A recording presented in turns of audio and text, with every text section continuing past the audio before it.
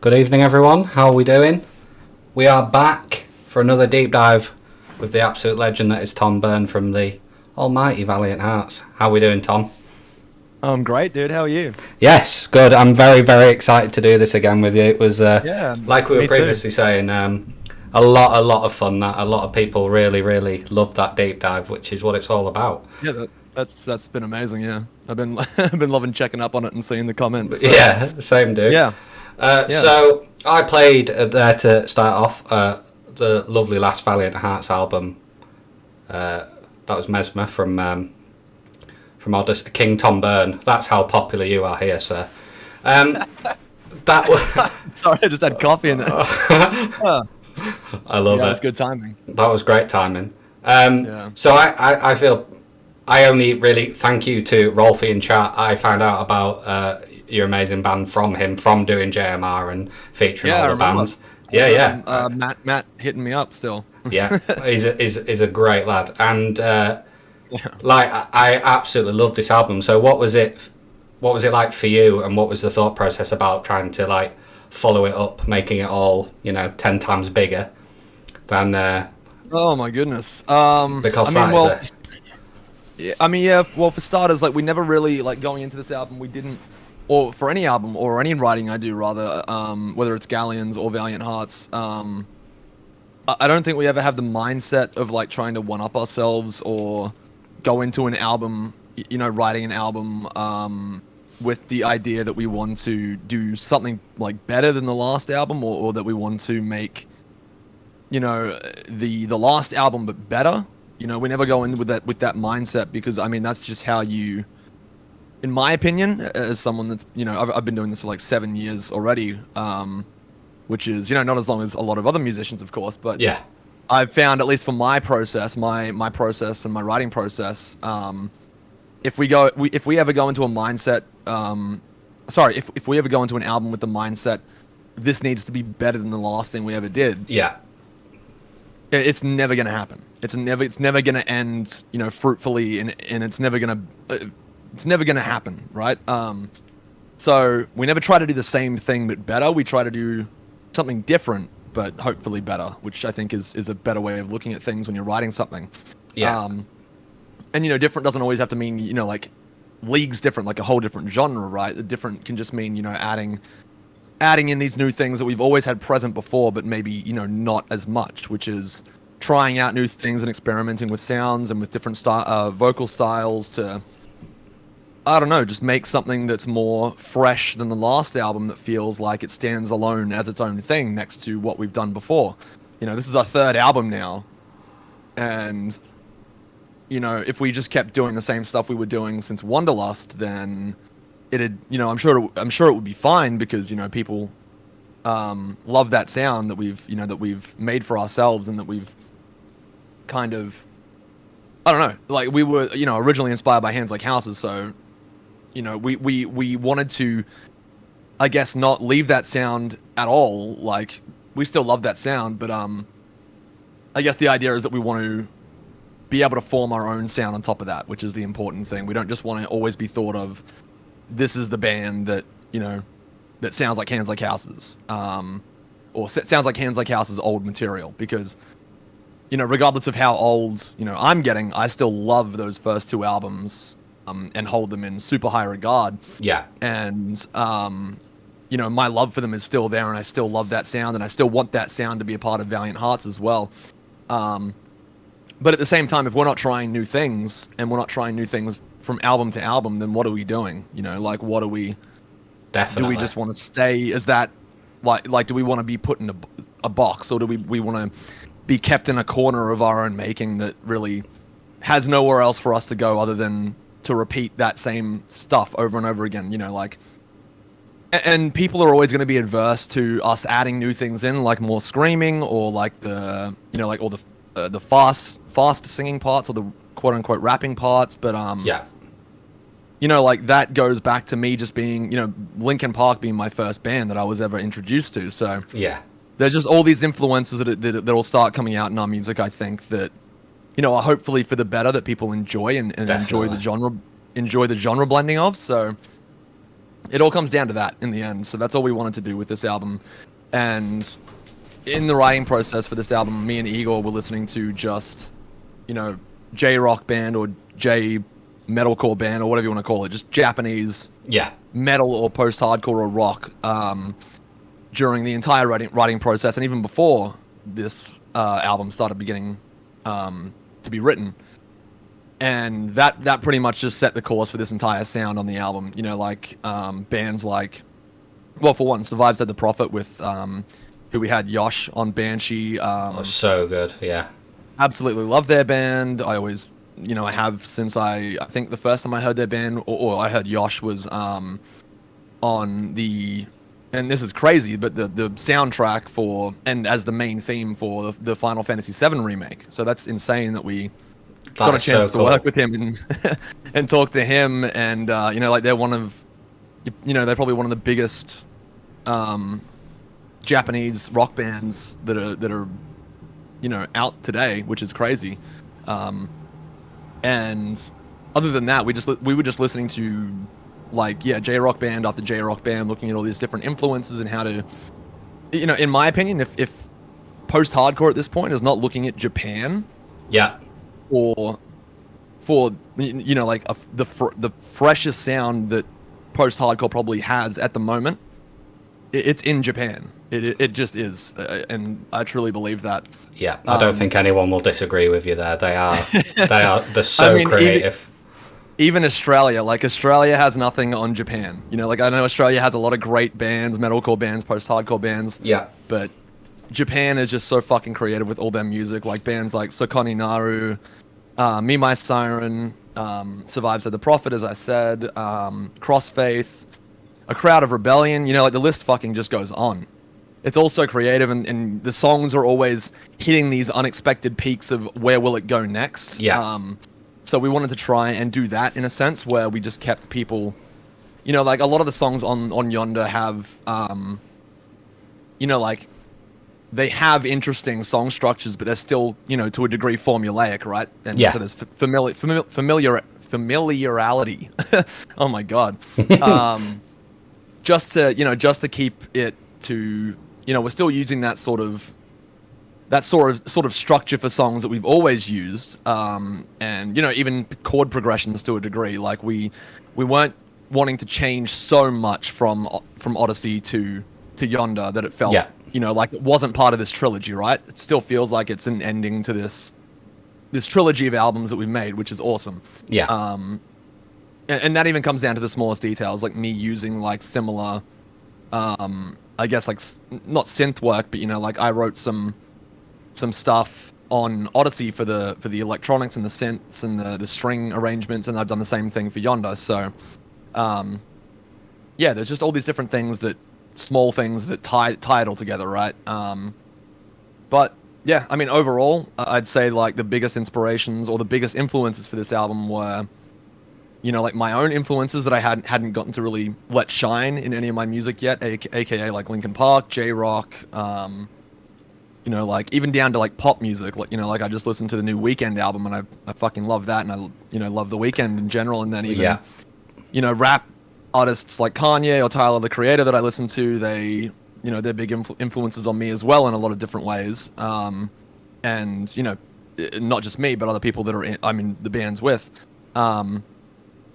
so it was just really fun to bring those influences, and that's the biggest thing for me. As long as I'm having fun making this music, I want to keep doing it. The second it stops being fun, what's the point in making it? I mean, absolutely. The only point would be money at that point, but then that just feels hollow to me. And I want there to always be some degree of fun to it, because if I want fun and if I needed the money, I could just fall back to graphic design and do fine in that department, because I love that as well.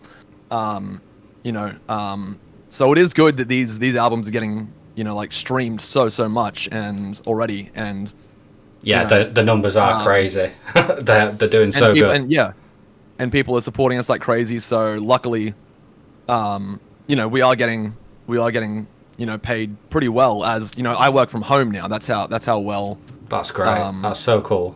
That's how well our music's been doing, and I can't thank everyone enough for that, because it allows me. I've been working on music basically every day, since I quit my job, and that's I just that's made me incredibly happy. I mean, it makes me happy because, and I suppose it makes everyone else literally as soon as you stop speaking, it's 100% deserved. I'm so glad that your music is that good, and you definitely, the amount of work you put in, you definitely deserve it.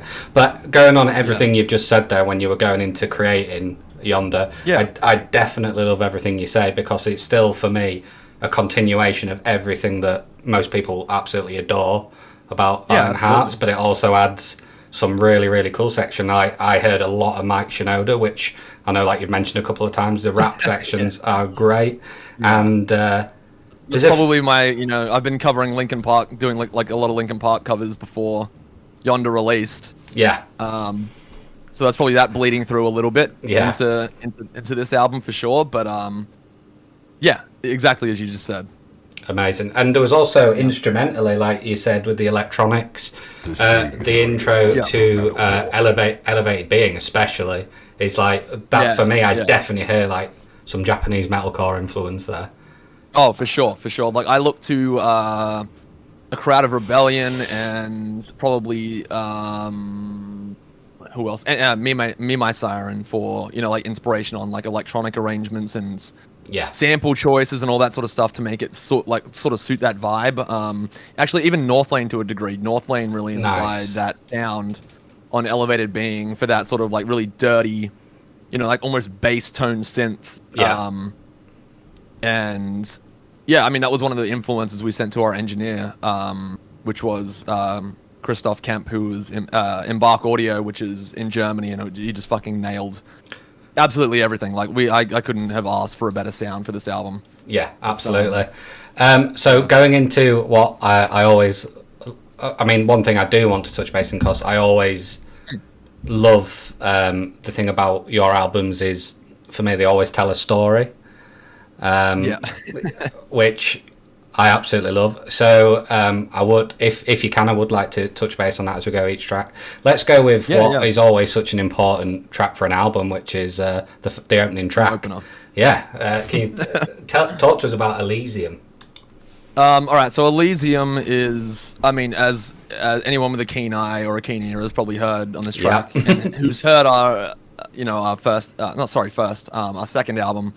And the first track on the second album, Alaska, this is a follow-up to that track. Yeah, a lot of like vocal cues between it as well that I absolutely love. Yeah, lyrical references. So it's just to kind of like easily like I see the first song on each of the albums being, like Alaska even was the follow-up to Wanderlust on Wanderlust, right? Yeah. So I've kept that motif going throughout 3 albums where I go Wanderlust, Alaska, and then Elysium. And Elysium is basically, I can't remember where the word is from, whether it's like biblical or Judeo or whatever it is, but it's not a religious song for one, but Elysium basically means like either heaven or like paradise or whatever you want to call it, right? So it's basically saying, that like that's where that's where the journey is finally trying to get to. It's trying to get to some sort of like some ending or some sort of catharsis or some sort of, I don't know, some sort of overall conclusion, right? And that's what this song's basically talking about. And then it links back up with the last song on the album later, which is Yonder. And then everything kind of comes full circle for the album.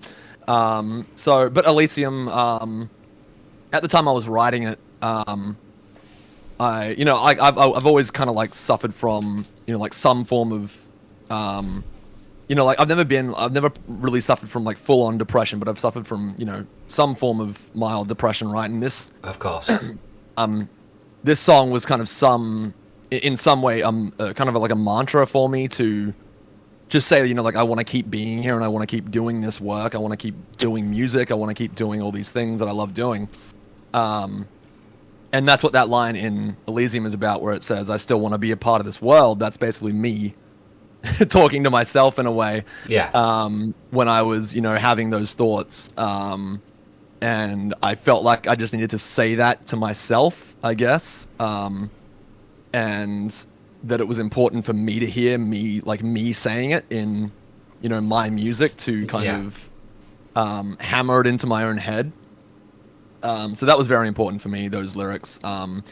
Even though they are repetitive, that is the entire point of that part of the song, it being that mantra that, I still want to be here doing this, regardless of, like how I might feel sometimes. And that was a really important, that's why it felt like it should be the first song on the album. Not just because of that, but as soon as I finished writing it and it had the references to Alaska and it had that nice acoustic opening that goes into that, distorted, like, brings in all the, like, I felt like it brought in all the elements that the album had immediately. It had, our usual sound, but it had, like an acoustic intro similar to, Alaska, and then it went and brought in the electronics, and it did that all within the first, 20 seconds. Yeah.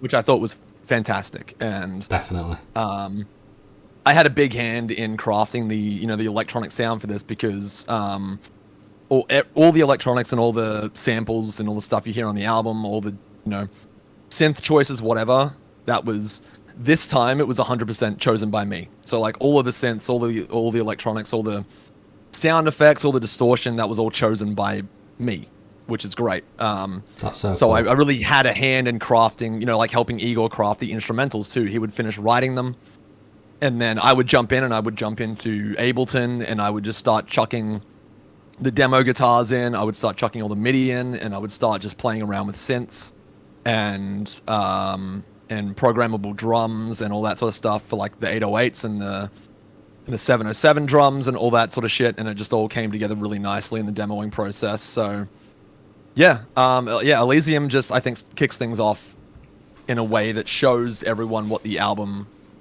has to offer, I suppose, and is a really important track lyrically for the overarching story of all three albums. So, I absolutely love that. Amazing. Right, guys, this is let's start then. This is track 1, Elysium, from Yonder. If you have any questions for Tom, get them in the chat, and I'll ask him at the end of the song. This is Elysium.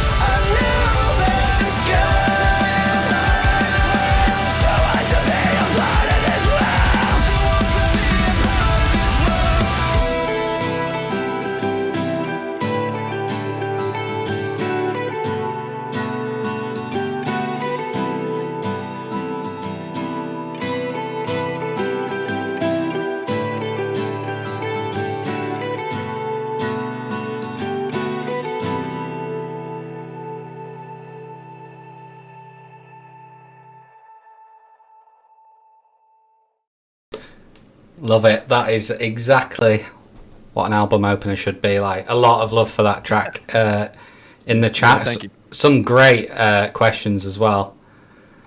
Yeah, shoot. Love to hear 'em. So I've got a great one from Eris saying, my question, I know the lyric narrative is continued across all 3 albums. Was that the plan from the beginning, or did it happen organically? I think it was the plan from the beginning. I knew that if we were to continue from Wanderlust, that I wanted to write a, the only narrative, the only continuous overarching narrative or overarching narrative between all 3 albums is that it's the theme of, like a journey, right? And I knew that I wanted to do that from Wanderlust if we got the chance to make more than 1 album, which luckily we did. But, I had no specifics in mind. It was really just that idea of a theme that I wanted to write about because, at the time we were, fans of, the band The Deer Hunter, and they have had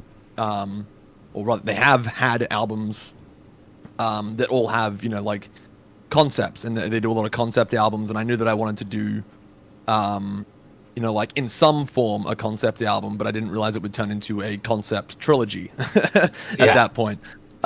Which was really cool that it ended that way. And yeah, it wasn't entirely planned. I just knew that that's something that I wanted to do, if that makes sense. Amazing. We've also got a good question as well. Can you ask Tom if it's weird to hear himself singing? No, I'm used to it by this point. I actually, it's going to sound egotistical, but I actually like it because it shows me how much I've improved since I first started. I love that. It's just like an artist looking back at old. Yeah, if you're not happy with your own work and you can't listen or look at your own work, then you're not doing something right. You're doing something wrong. Absolutely. It took me a long time, when I first started singing, to get used to my voice. Like anyone who first hears their voice back after, recording it is always weirded out. Like you're always taken aback by how you sound on a recording because the equipment that it goes through, it's never the same as it appears in your head. Yeah, sure. So using a microphone, it's going through, a computer, et cetera, et cetera. It does something to your voice, and it kind of strips away the artifice of what you hear in your head, and you actually get to hear it for what it is, which is great. And that really takes a long time to get used to. But when you get used to it and you start realizing, okay, this is my voice, and it might not sound like this other person's voice that I love, but that's okay. As soon as you come to terms with that, you're good. You're set. Yeah. Because that is the biggest roadblock to get over as a vocalist, I feel like, is getting over the initial disappointment that you don't sound like the vocalists that you love listening to.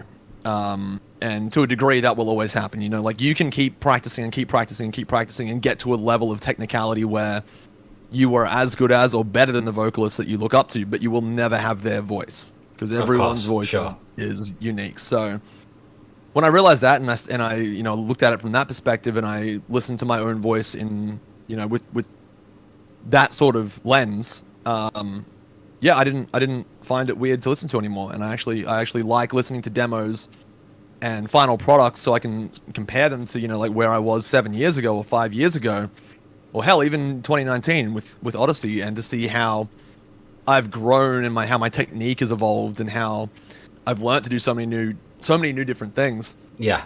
I'm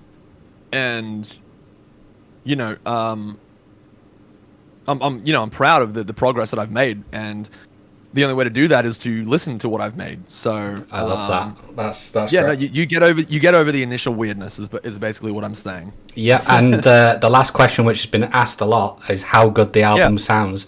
Did you mix it yourself? No, this album was mixed by Embark Audio, Christoph Kemp, who also did for people that know these bands, you'll immediately recognize the sound. He did Phoenix by Alaska. Alaska with a Z. That all makes sense now, yeah. And he did, I believe, the 3 singles that they released before breaking up, unfortunately. Yeah. And he also did How Fleeting, How Fragile by Time the Valuator. So basically what happened is I'm working, for this album I worked with 2 close friends of mine now, Phil and Marvin, who were both in Alaska and both in Time the Valuator, and Chris did work for both of them, and it just kind of all took shape really nicely, and it all fell into place really well. So yeah, no, like the only production that we did on it ourselves, or rather that I did, was the sampling for the 808 drums and the electronic drums that you'll notice throughout a lot of the songs and a lot of the album. All of the string arrangement sampling and writing, and pretty much all of all of the synth work and all of the electronic work. So everything basically that you hear in the mix, other than the guitars were recorded by Roman, who actually mixed and mastered the album Odyssey in 2019. So he recorded the guitars for us, and everything else in the mix was done by me, basically. But it was all engineered and it was all produced by Chris at Embark Audio. So yeah, it just came together really seamlessly, I feel like, and really easily, and everyone did a fucking fantastic job. So I couldn't be happier. Amazing. Let's move on to track 2, Daedalus. Daedalus. This is basically the initial start of where this album picks up with that Greek mythology motif that I had in Odyssey, with Medusa, all these Greek myths that sort of play into the theme of the journey and the theme of the Odyssey. Like Odyssey, the name for Odyssey was inspired by Homer's Odyssey, which is a Greek tale, and yeah, it just drew a lot from those influences. So Daedalus is basically the story of, I believe and I haven't read this story in a while, but I always liked it. It was Daedalus was the creator of the maze that the Minotaur lived in, I believe, in Greek myth, and he was, someone correct me if I'm wrong, but I believe he was Icarus's father, I think, or he was related to Icarus, or at least Icarus was a part of the story. Yeah. of Daedalus and the Minotaur and the maze. But on a deeper level, Daedalus is kind of like about the repetitious things we go through as people, like repeating history, repeating past mistakes, repeating all these different things in our lives that we like as creatures of habit and as people that as humans we like repetitive nature, and we like maybe we don't like it, but we get stuck in patterns, we get stuck in routines, basically. We get stuck in mazes or routines of our own making, and sometimes without even realizing it. So that's what this song is about, basically. And then I just took the motif of following on with all the Greek stuff with Odyssey, and added the Daedalus mythos to it. So talks about that maze, talks about like being chased, being in that routine, being in that stuck in that that labyrinth. So yeah, that's pretty much what it's about. And then you'll see later on in the album it continues that Greek theme with the song Phaedra as well, who was which was another Greek mythology tale. So yeah, amazing. I wanted to keep things tied in from Odyssey still, even in the other songs in the track list. Amazing. I mean, who doesn't love mythology, especially when it's put into this kind of music? I just think it's I love so it. good. I've always loved it. Let's go. This is track 2, Daedalus. Doomed to repeat our story. It's all written for you in our tapestry. Soon it will circle back to me. It's just waiting for you to find out what it means. Everyone you know, everyone you see is always trying to find that place in history, but it's already there, already fair. Try it out in the open air. You'll keep on writing all day until the words are engraved indefinitely. What was, what's this? No longer visible.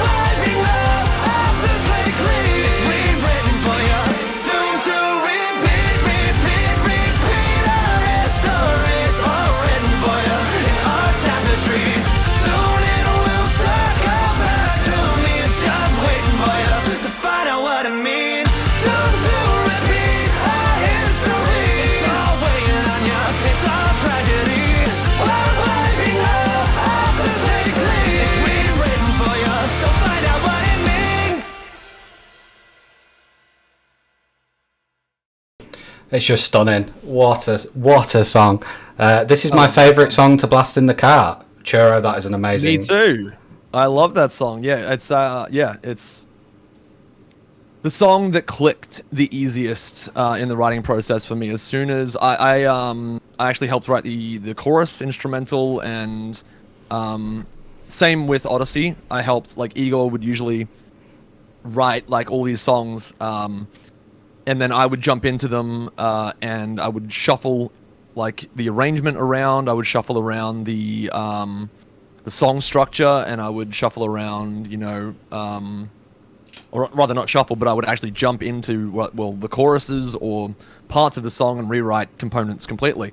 So Daedalus was actually the first song I think that I did rewrites for, where I changed the chorus almost completely to be, I don't know, I just wanted it to be more bouncy and more in your face and more aggressive than what we had there originally. And that kind of, I always get, immediately after Igor sends me a song, I immediately get the feel he's going for. I always just think sometimes it needs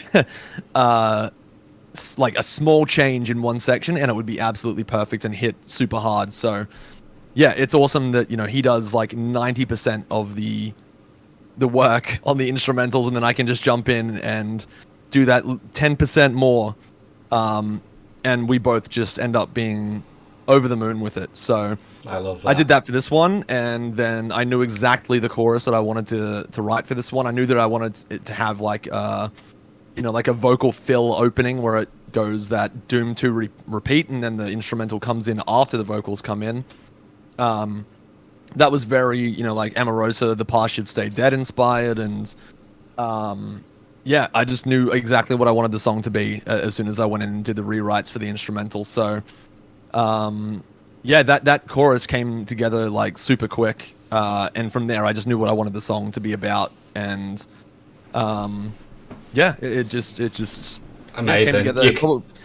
Probably the easiest on the entire album. You can like really tell it's just so good. Yeah. Shout out to the absolute legend Igor as well. Yeah, very like talented dude. Yeah, absolutely. Yeah, I can't thank him enough for the work he does in the band. Seriously.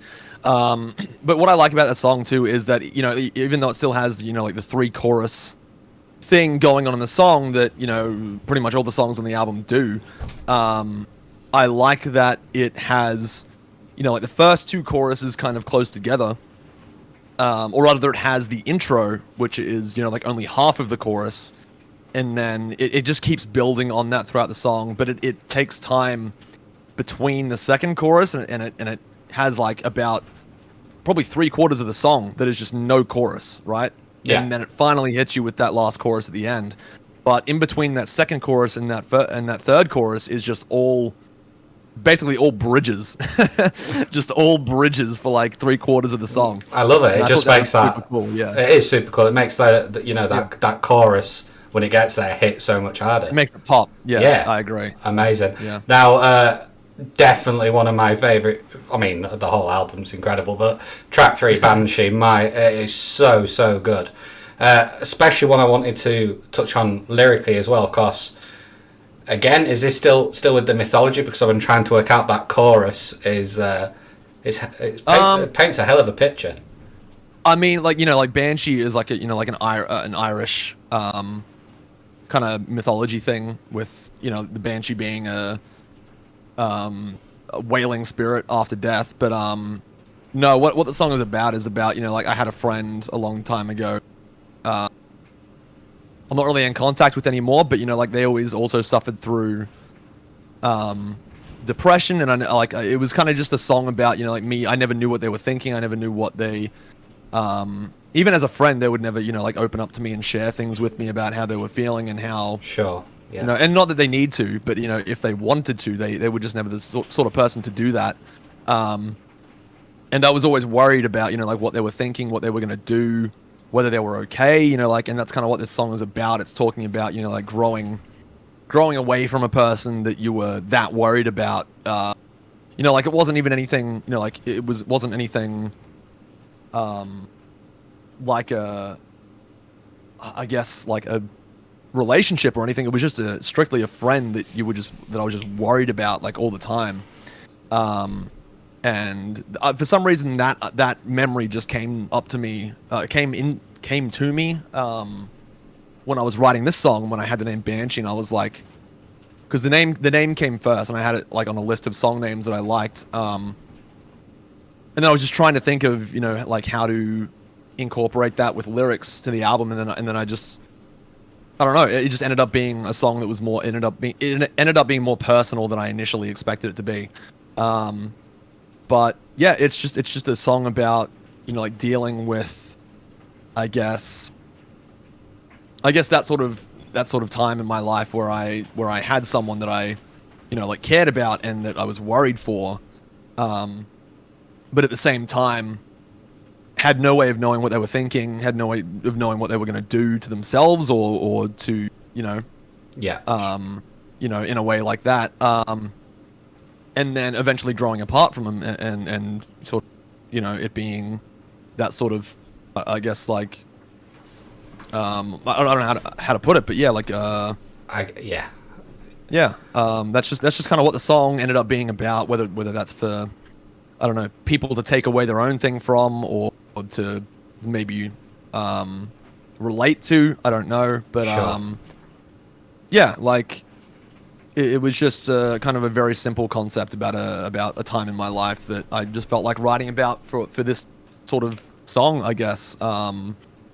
And yeah, I love how it turned out. It turned out great. Like, I love the hook. I love all the, you know, like, it's probably like the second heaviest song on the album next to Wind Waker. So I just think it really kicks off, you know, like being the third song on the album, it really kicks off introducing those other new elements into the album and into the sound that we are trying to evolve. And yeah, it just shows off that sort of stuff. Definitely. And you touched on a bit at the start. What was it like getting Yosh for this song? Like, of course. How could I forget? kind of like a huge acquisition, like we were saying at the start with.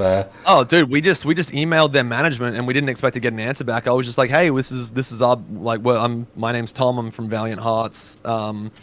We'd like to work with Yosh. We love your guys' music. You know, like, that simple. It's how I always approach everyone in terms of, I don't know, whether it's a business thing or just as a fan or just as anything. I just approach it the same way as I do any form of contact with someone that I don't know, right?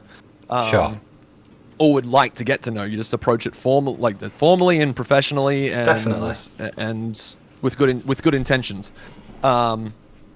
And oh, dude, like, Yosh is a great dude. Like, he worked with us just so easily.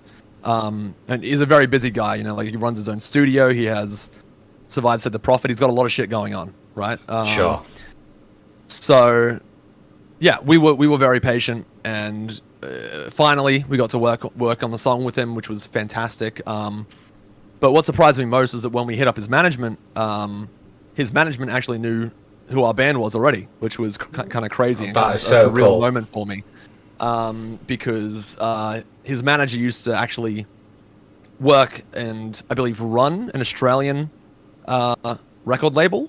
Like, That's awesome. I think he said, like, in 2015 maybe, or like in the between the 2010s.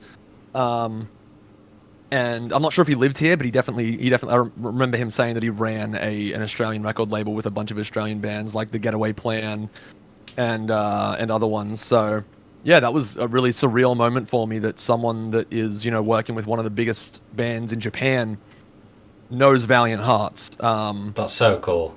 And yeah, I couldn't believe that. So I was like, he was just as, I mean, from the vibe that I got, he was just as stoked to talk to us as we were to them. So yeah, and Yosh, he picked out Banshee. Like, we sent him a few demos of songs. I believe we sent him Daedalus, Phaedra, Banshee, and I think Supernova.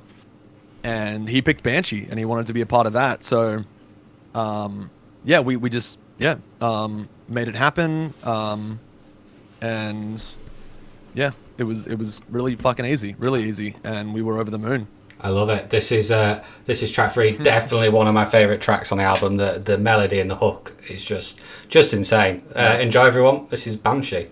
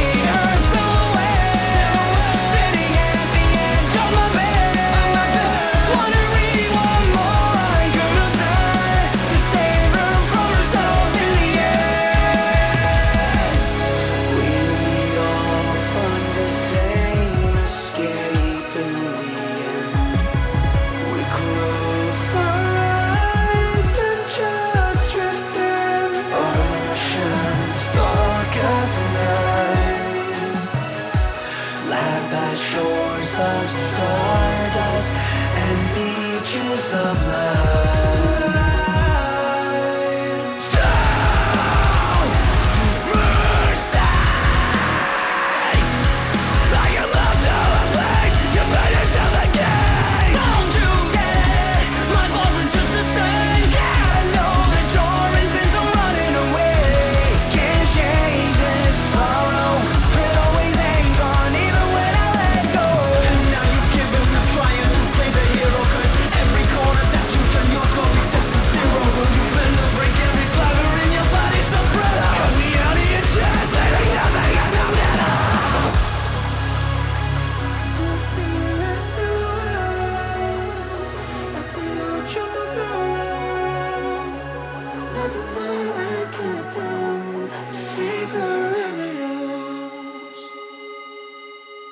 I still see her silhouette sitting at the edge of my bed, wondering what more I could have done to get those thoughts out of her head. I still see her silhouette sitting at the edge of my bed, wondering what more I could have done to save her from herself in the end.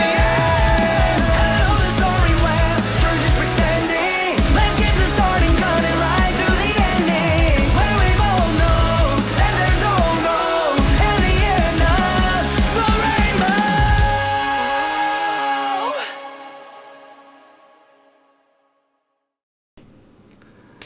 A comment, songwriting doesn't get better than this, I swear to God.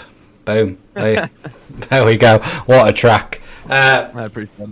Up next, I believe Elevated Being was the first single, wasn't it? If my memory serves me Yeah, right. first single, yeah. Which And- the only reason I think I remember we had someone ask for, I don't remember who it was, but we had someone ask why, what made us choose Elevated Being as the first single, and I'm sorry if I don't remember who it was, but I remember that question being asked, and there's really no special way, like there's nothing special about how we chose the singles. Elevated Being was literally just the first song that was finished mixing, so we were like, or rather we started with Banshee actually. Banshee was actually like a demo mix that we started with, to see, you know, like what Chris would do with our sound, and we were just like blown away by it, so we were like, we need to have, you know what, like work on this song with someone vocally, so we actually put Banshee aside for months until we finally got Yosh's vocals, and that was mixed like towards the end of the album, which was really funny because what started the album was, you know, kind of like almost what finished it.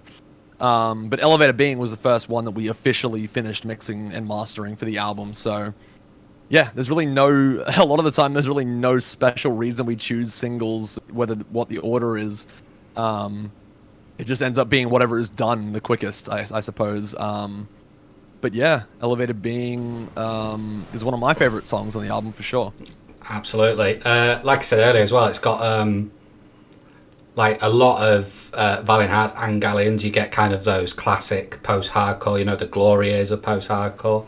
Yeah, that was kind of the goal. Yeah, which is amazing and perfect. But this definitely, which I love, especially in the intro, it's proper, I would say, like, going back to, again, Japanese metalcore, that synth, the absolutely insane drums. Yeah, I love it. I just absolutely love it, and it makes the chorus pop so much.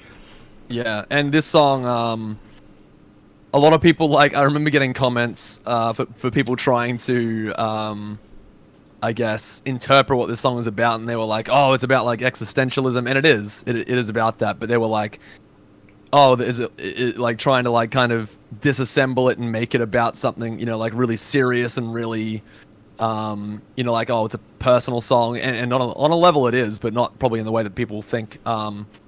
And it's also a reference to, you know, like the overarching story of these three albums. It references, like, you know, Yonder and Odyssey in the lyrics and a bunch of stuff like that. But this song is literally, it's just a song that's basically worship to the anime, or rather the anime, the movie, The End of Evangelion, which is one of my favorite animes, one of Max's favorite animes from Galleons. So this song was basically just like Evangelion worship to a degree. And the lyrics are just like, the chorus, you're everywhere and nowhere all at once, is literally a line ripped straight from the movie that Rey says to Shinji in the end of Evangelion. So a lot of it has all just like clicked in my head now, and it makes sense. I think especially like thinking back to like the art, the colours of like the artwork and everything. It kind of all kind purple of purple and green, same as the hoodie. Yeah. Amazing, mind blowing. I love it. Enjoy, everyone. This is the incredible Elevated Being. Yeah.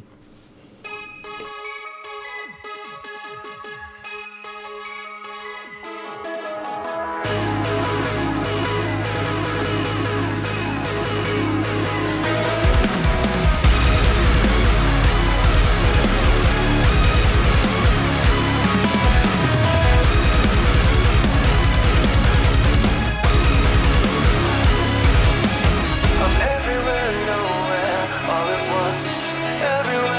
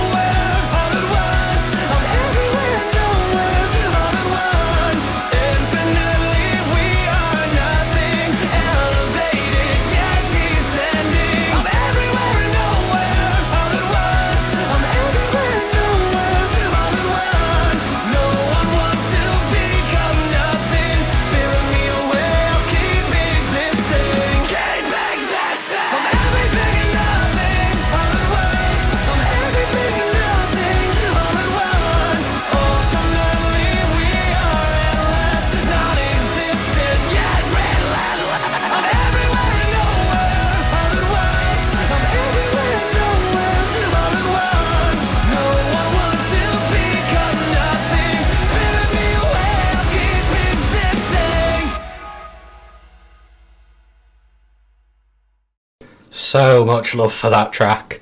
It's just so good, dude. Yeah, I knew that was going to be one of my favorites from the album. As soon as we got the mix back for it, it just it came together all like perfectly for me. It really did. It really did. So again, you mentioned it a bit earlier, but track 5, Wind Waker, was probably the heaviest track on the album. Would you say?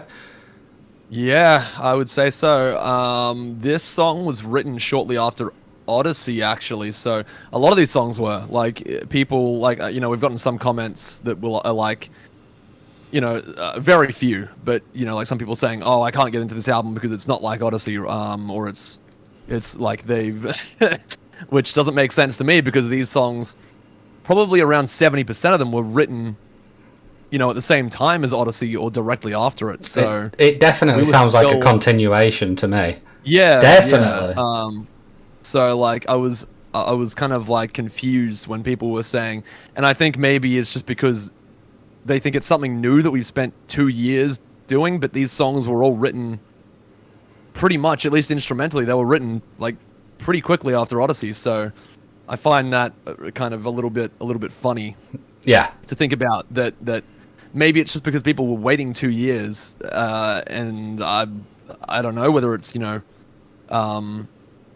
just how they feel about it. That's fine, but yeah, these songs were basically written as close to Odyssey as they could have been, instrumentally at least. And then I just tried new things vocally. So, I mean, people can feel however they want to feel about it, but as the writers of this album and the last one, we know that this is basically, as close to Odyssey as we could have written anything else. Like if we tried to write anything closer to Odyssey, it just would have been Odyssey again. But this is as close as anyone that wanted like another Odyssey could have gotten in the end. Like we would have never written anything closer than this to Odyssey. Sorry. Yeah, that's just how it is. So yeah, when I saw those comments, I was just really had a good laugh because I was just like, that doesn't make any sense whatsoever. Absolutely, it's almost as funny as people tagging Valiant Hearts saying for fans of galleons. Yeah, I've seen a couple. I've seen a couple of that. It's amazing. Yeah. That's. I mean, the fact that we can FFO ourselves is just hilarious in its own way. That's amazing. Yeah, it is. But yeah, Wind Waker is definitely, and it was never really intentionally made to be, I guess, like a heavy song vocally, but like I was like, all right, how can I differentiate this vocally from just sounding like another Odyssey track, right? And that's where like bringing more of a like the heavy vocals in and the screaming in. That's where that came into it because I'm like, what can I do differently for this next album that makes it just not Odyssey 2? Because if I just did clean vocals for the whole album again, which is fine, it's just that I learned to scream a lot better in the time between Odyssey and Yonder, and writing the vocals for Yonder and having like all those instrumentals to choose from, and it's just something that I wanted to do. It's like I've learnt this thing, why would I not use it, right? Absolutely. It's like learning an instrument and then say not using, like it's, I don't know. It just didn't make sense to me not to incorporate those things into the writing for this album. So, like we got comments, people saying, like, oh, like this has screaming now, so I don't like it, or like I can't listen to this, or I can't listen to the screaming parts. Like the screaming parts ruin the songs for me. And I'm like, probably like other than other than Banshee and Wind Waker, there's only like probably like under 20 seconds of screaming in each song, and the songs are like almost 4 to 5 minutes each. So I'm like, if 20 seconds of screaming ruins a 4-minute song for you, maybe, I don't know, like I'm not that musically sensitive. Maybe I would have been at one point in my life when I was younger and I was like, oh, screaming, right? But I don't know, I think as the person that wrote these vocals, I think where the screams in the songs are placed and where they're used, I think they elevate those parts of the songs. Absolutely, they definitely. Rather than if I was just to sing in those parts, it wouldn't hit the same. Yeah, right? the screams make the melodies pop more. They ascend they ascend the other vocals. Yeah. So I love the little section. I almost find it's like a lot of screaming in the alternative spectrum of music isn't not normally like earworms, but I get proper earworms from the screams on this album. That I approach screaming the same way as I do singing. Exactly. I approach it in a way. Oh, I almost just lost my cap. But I approach it in the way that I still want the screams to be catchy. They don't entirely need to be understandable, but I want the, like the pacing of the screams and where each word lands in the song. I want each of those screams to feel like they're just as catchy as the singing. Yeah. Because at the end of the day, like I'm not just screaming for the sake of screaming. I'm screaming for it still to be, for it to feel cohesive to the song and for it to feel like it elevates a part of the song. I'm not just putting screaming there because I just decided to want to do screaming instead of singing all of a sudden. No, that's not why. It's because I tried, like I actually, believe it or not, I went through these songs and I sang them all clean first, and then I was like, no, it sounds like it needs something more. It needs some more aggression. It needs some more energy to elevate certain parts of these songs so that when these other parts hit, they feel more special, right? Of course, yeah. They contrast with each other so that when you compare them to one another, if you go from a clean part to another clean part, you can do that, but each of those clean parts have to be very distinct from each other and very catchy in their own rights to be able to contrast. Absolutely. And some lyrics and some lyrics and sections of song, I think sometimes need to be screamed. Some lyrics need to be screamed for the meaning behind it, what you're trying to convey. So for sure. I absolutely love it. This is another excellent track. This is track 5, Wind. Actually, just before we go, I think you've kind of answered it there, but another great question. Do you change lyrics based on if the vocals will be clean or screams, or do you decide vocal style?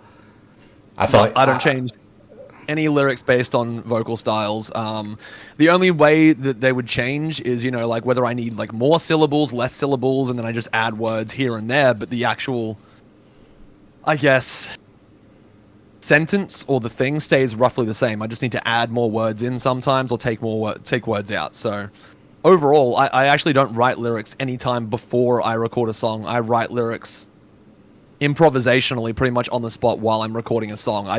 Before I go into a song, I have a theme in mind for what I want the song to be about. And then as I'm recording vocals, I find the best way to come up with melodies is basically improvisational lyricism, like on the spot, because when you go into a song with, pre-written lyrics and all that stuff, you're already putting yourself into a box where you're already having to try and conform your vocals to certain phrases, certain words, certain sounds. And that limits you so much to being able to craft melodies. The best way to do it is just go into a song and just start singing fucking random words, random sounds. It doesn't even have to sound like a language. Just go in and start singing gibberish, basically. And that's basically what I do for every song that I've written since, like, Wanderlust. So that's so cool. Yeah. Amazing. Here we go, track 5, Wind Waker. Keep the questions coming.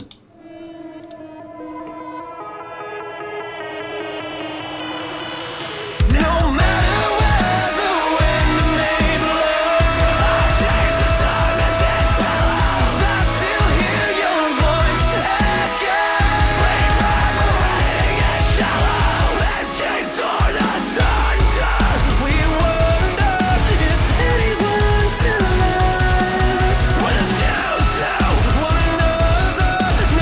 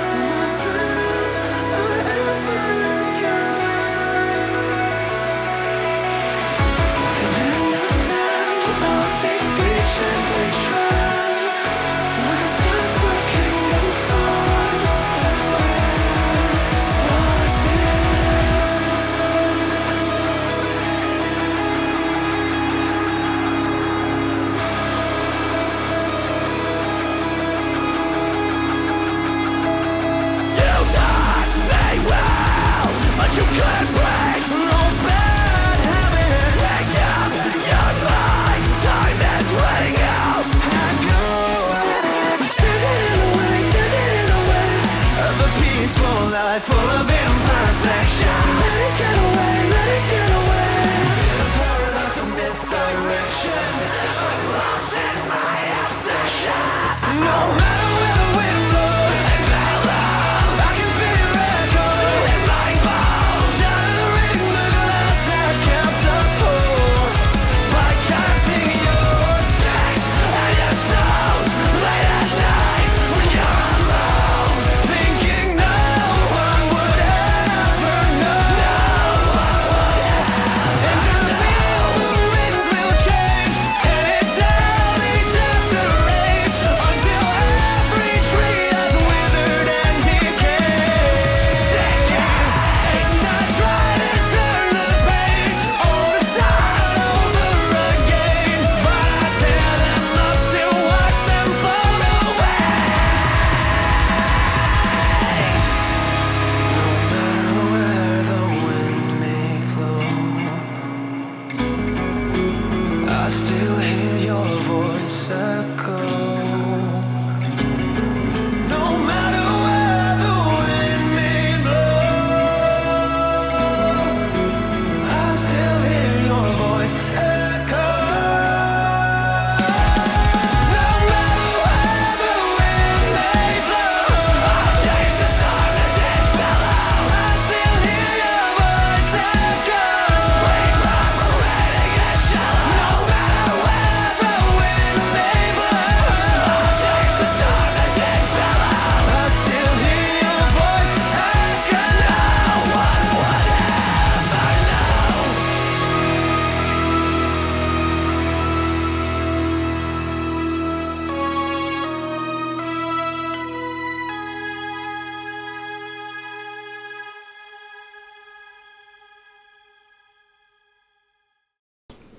I just love it. I love it so much. Yeah. That's the girl I love's favorite song. So a lot's happened since self-titled Galleons. Amazing. I love to hear that. Yeah, she loves it. Yeah. I mean, same. It's that bad habit section. I cannot stop singing that. Yeah, that's the part that she always quotes. So. Amazing. I love it. But yeah, that track. Look, I honestly don't know the meaning behind it. It was written. You know, like I write these songs sometimes as two pieces, where Wind Waker is kind of it was written kind of in conjunction with the next song with Floraison, where it was written as kind of the prefix to Floraison. So like it talks about, like no matter where the wind blows, and then Floraison starts with like the wind, the rain, and all that sort of stuff. So these are kind of like a companion piece, I guess. And that way, that's why they're on the album, like right next to each other. So I just wanted to explain that for people that might have kind of also thought that maybe. Definitely. I don't know if this, obviously with it not being out for long, I don't know if this is like a rare kind of opinion, but Floraison is my favourite song on the album. I love it so much. I love I love that song too. And there's one certain section, I'm not sure if it's is there anybody that's also featuring on this? Nope, no. This is Wind Waker and me. Is Floraison's all me. Yeah. Amazing. There's a section that I think when it talks about Sky turns from. The pre-chorus. I was thinking, I don't know. It sounds like Tom, but I'm not sure if it is Tom. I love the way you sing. That's like a really cool thing that's changed since. I think it's because I used my Australian accent for that part, which I Overcast. Flip back and forth on. Yeah, Overcast. Yeah, like this song is for people that are familiar with Thrive from Wanderlust and Wildfire from Odyssey.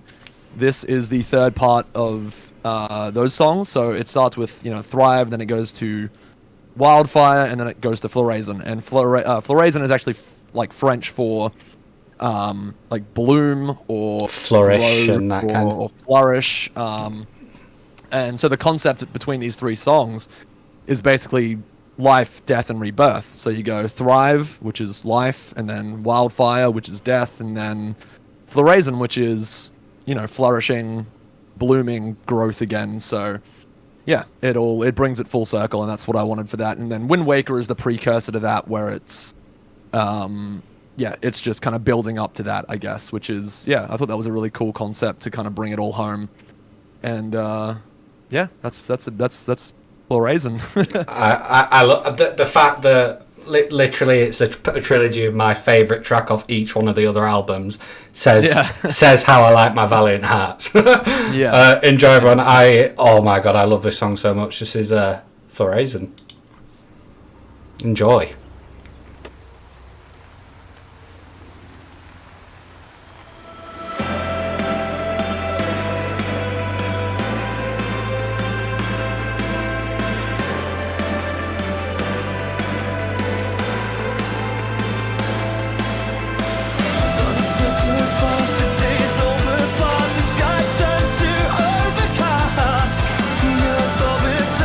Flower blooms in rust, and once made will never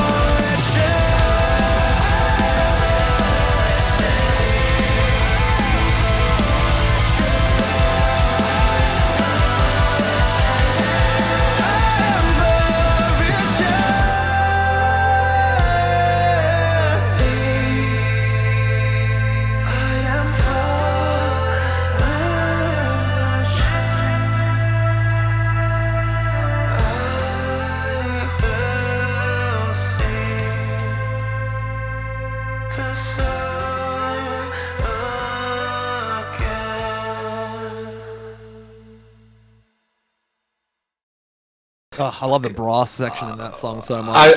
Mate, I just love everything. It is. I genuinely think it's one of my favourite songs you've ever produced. I just think, honestly, Oh, thank you. insane. And then That brass section is just, I love it. I love it so much. it's inspired. It just it closes out that track so well. Yeah. Tracks, and I mean the hits just don't stop coming. Track 7, Karma, featuring Joey Tyler. Yeah, Varsity. I love that new album, by the way. I was just listening to it. Like it was kind of like a lot of unexpected things for me on it. Like a lot of the I mean, Joey, he's always been like, inspired by Michael Jackson, and I mean, I love Michael Jackson's music, so I just love that kind of came through in their music. But no, I really enjoyed, like a lot of their album, and I thought like working with him for me was a no-brainer because I think his voice is fucking fantastic, and kind of like a nice blend of, not to like compare him to anyone else, but like when I first heard his voice, I immediately, like Michael Jackson and Tyler Carter were the first two kind of sounds that came to mind, and that blending of those two just was like, yeah, I thought it was fucking fantastic. His voice is just great. And he was also a fan of ours as well. Like before we even reached out to him, which was fucking awesome. I couldn't be happier with how easy it was to work with him. Is a really nice guy. So Karma is. Sorry. I was just gonna say it's really cool that just from making your music, that all the people that like you look up to and really love your music are already aware of you, and that's just like the sign of how well you're doing.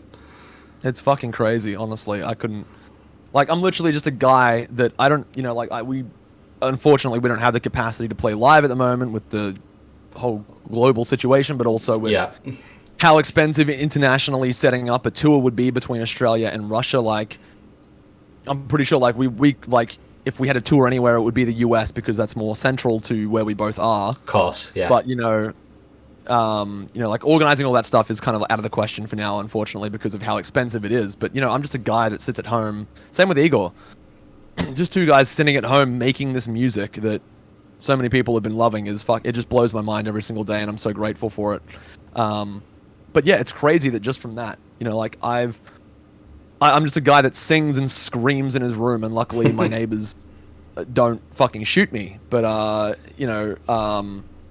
that's where I am. That's what I do, and so thankful that everyone that's been listening has been able to make that a career for me, which is incredible, and for Igor.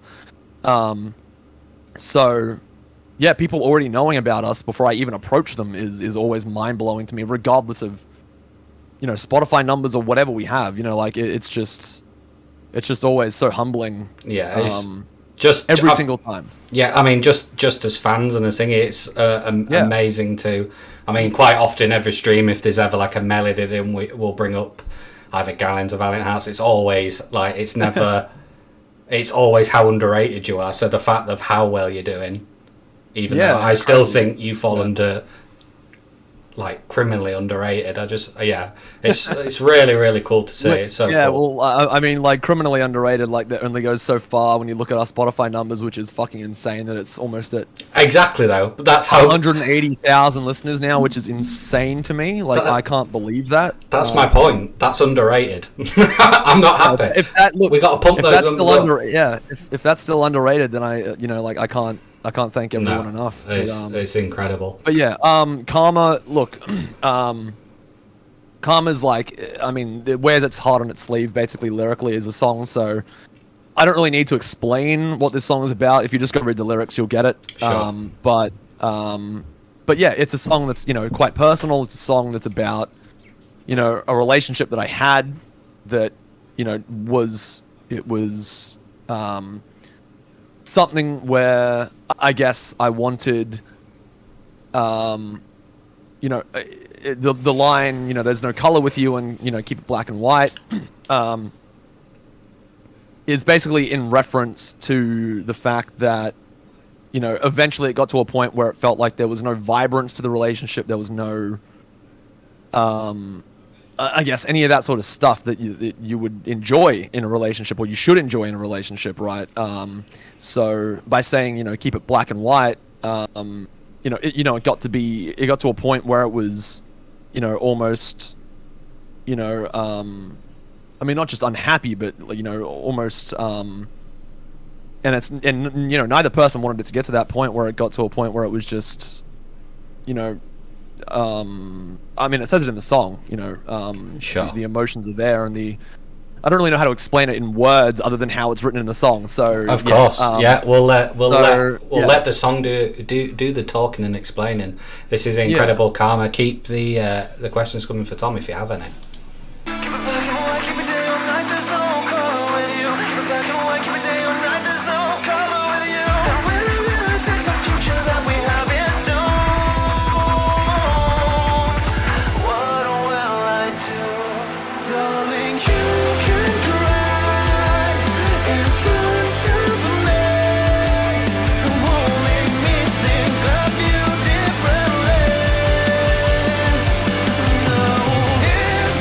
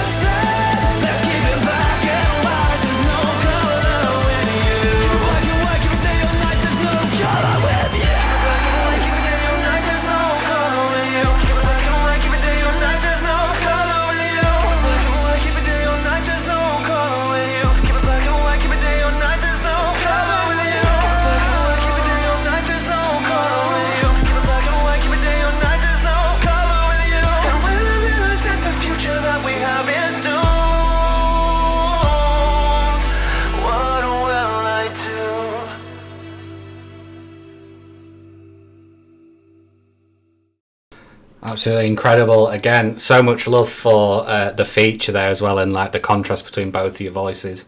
A lot of love for really that. well. Yeah, absolutely. Track 8, Unrequited Love. Yeah, so this song is once again like almost a companion piece to Karma. It like follows up from that, where it talks about, you know, like with that same sort of stuff going on, talks about, you know, like it's really a song about me talking to myself, you know, like, am I happy, you know, like lying awake, or like, you know, am I, when will, or I guess, you know, like at the time I was writing this, once again, it was written very close to Odyssey, was written very close to Galleon self-titled, so a lot of these same sort of themes were kind of overlapping, where I was like, you know, questioning, you know, how long am I going to keep just hanging on to, you know, a love that isn't, you know, that isn't the same anymore, or doesn't, you know, love me back anymore, or doesn't, you know, why, I guess, why is there a point to holding on to that, right? And why do I keep wanting to go after it, or why in that time and in that, you know, that mindset, why did I want to keep hanging on to that? So, you know, I've learned from then, and I've learned that I don't want to repeat, you know, that same sort of stuff. So, you know, now I'm only going after and going and you know, wanting to be with people that I genuinely see something with, right? And something that is serious, and something that is, you know, that can be happy, you know, not chasing something that's unrequited. So yeah, I wanted to write a song about that, just to follow up to Karma, to kind of illustrate me having an inner monologue about my thoughts after Karma, right? After those events. So yeah, I really just wanted to talk about, you know, me learning from that situation, and, you know, what to do going forward to, you know, be happier, I guess, and to you know, find love that actually, you know, matters to both of us, and you know, always will. So that's always important to me now, and yeah, and I don't, you know, not taking things for granted, not you know, not holding things against each other, not just trying not to upset each other in general, and just trying to be understanding and thoughtful, and, you know, grow with each other instead of, I don't know, you know, the things that Karma said, you know, not doing those things again, which sometimes is very hard. It is hard because everyone's got emotions, everyone, you know, everyone's own feelings are valid. So sometimes it's very hard to, you know, either hold things back or even let things out sometimes, and that's okay. And yeah, Unrequited Love is basically just me wanting to grow mentally and emotionally as a person from that experience, and kind of, yeah, just reflect on myself, and that I don't want to chase those sort of things anymore. And, you know, I'm not. Now I'm, you know, yeah, I've learnt and grown. So yeah, that's pretty much what this song's about. Perfect. Here we go. Yeah. Here we go. This is Unrequited Love. Rolf's favourite. Always lying awake from unrequited love. I find it so hard learning to let go of something just out of reach, something I'll never know.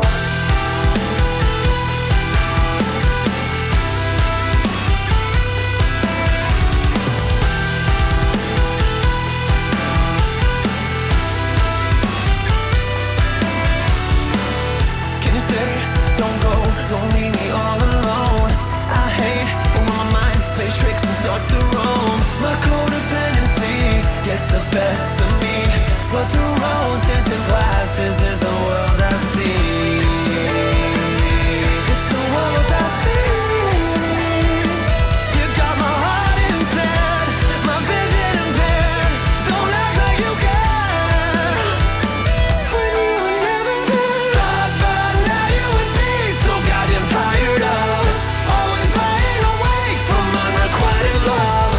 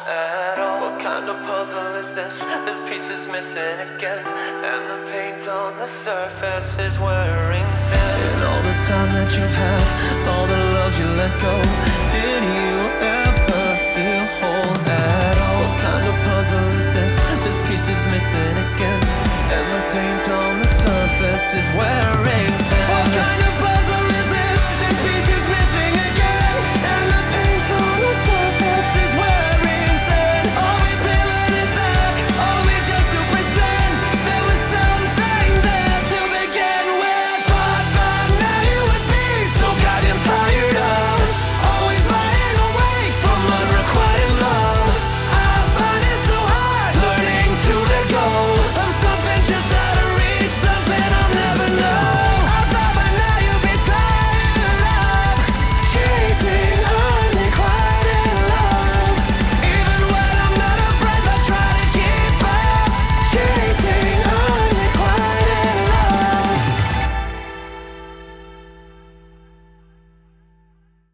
I always forget how long that song is. It's 5 minutes 10.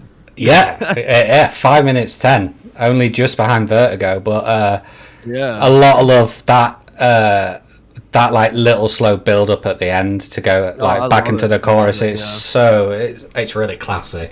It's a very Yeah, I love that. very classy song. Yeah. Absolutely love it. So you're talking about the mythology aspect earlier, and obviously we're up to track 9 Yeah. now. Phaedra, do you want to Yeah. continue on that part? Yeah, so Phaedra, so this kind of, the meaning to this song is kind of, I guess, it takes that mythology of Phaedra, which is, basically she was, she wasn't like a goddess or anything, she was just I believe she was human, right? But she, I don't know, there was like, I forget a lot of the specifics around the tale, but I basically repurposed the story of Phaedra into an analogy for. I mean, the great part is it doesn't have to be accurate. It can inspire you to write something along those lines.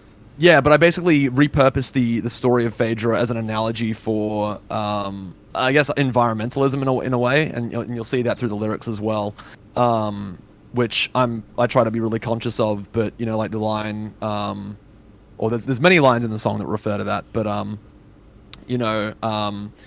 the song talks about a lot about environmentalism, about global warming, all that sort of stuff, and just trying to like it's something that I'm pretty passionate about. Like even when we're doing merch stuff, I'm trying to buy renewable stuff and recyclable stuff. And honestly, I don't know why it went to that. I went to that space. I guess it just felt interesting to write about as a change of pace and something that I'm like that's important. And it's not like a political song or anything, or it's not like a song that's trying to preach or anything. It's just a song that takes that kind of that story of Phaedra and kind of uses those qualities, taking those some of those events and how, because it's kind of like a tragic tale. So right, a Greek tragedy, and it talks about like how in the end I'm pretty sure like Phaedra is like left with nothing. And she like loses everything, and she's like banished. So it kind of talks about like what are we gonna do if we destroy, or if we keep destroying this planet, and like what are we gonna do to remedy that and sort of stuff. So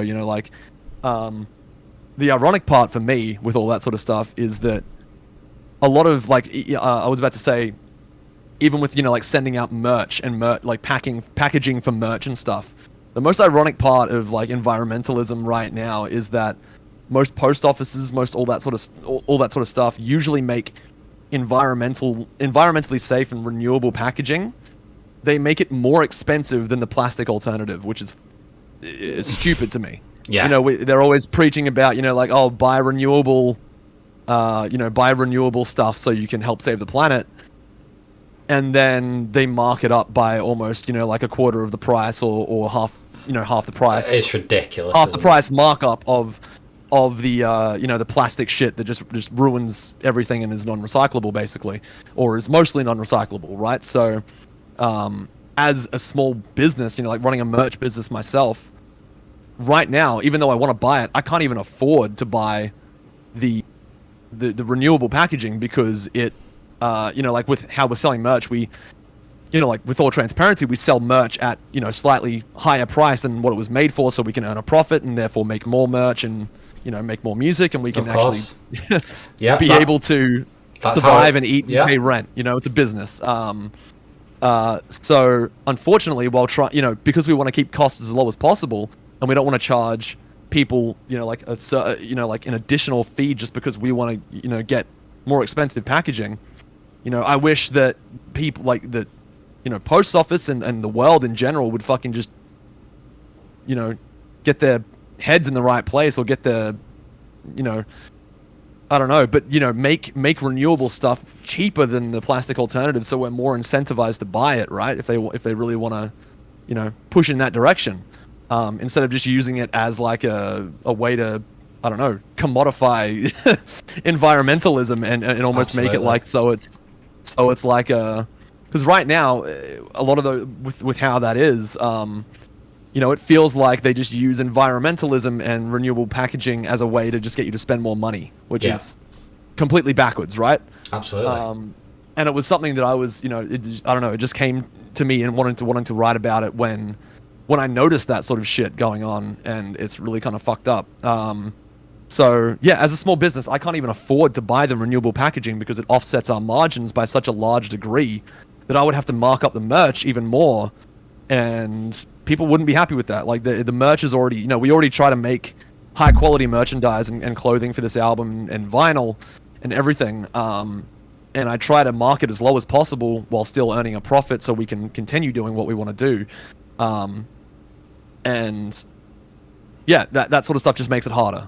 Because I want to buy that sort of stuff and, keep it environmentally friendly so people aren't chucking away just like 4 plastic packages in each merch order. But it seems like they really don't want us to, Wow. which is crazy. So I don't know. I was really passionate about it while I was writing this song, and yeah, that's just how it came together. So like, there's a lot of lines in the song that you'll notice with that theme. And yeah, I just wanted to people to know that I'm, passionate about that as well. Even if even if money and budget currently, is, getting in the way of that sometimes. So Sure. yeah, I don't know. That's kind of what it was about. And it was kind of an important song lyrically to me to write about, because it felt important not just to me, but I know to a lot of other people as well. So Sure, you'll probably notice it when you listen to it. Sure. I mean, I love that. It's kind of like a bit of a, Like a curveball, but and sorry, yeah. The lyrics, what is a lion without its pride, for the chorus is basically saying, what, or it says, what is a lion without its pride, an empty shell that's cast aside. That's basically just in reference to, with environmentalism and global warming and stuff, and how it affects all of us. Like, what do we do without this planet, essentially? There is no second, there's no backup option. Nope. That we currently know of, which is, if a lion loses its pride, I don't know if many people know this, but usually if a lion, like loses, like a part of its pride, or like the pride being its family, it's a double entendre really for pride, as in pride within ourselves, but also, like the family of a lion, in that sort of way, when an actual lion loses its family, I believe, I forgot, like, I'm not sure if this is actually like 100% accurate, but I believe they, like, some of them have been known to get, completely depressed and even to some points, like, lay down almost and, like kill themselves and die. Yeah. So that's what that line basically talks about. Here we go. This is Phaedra. Yeah.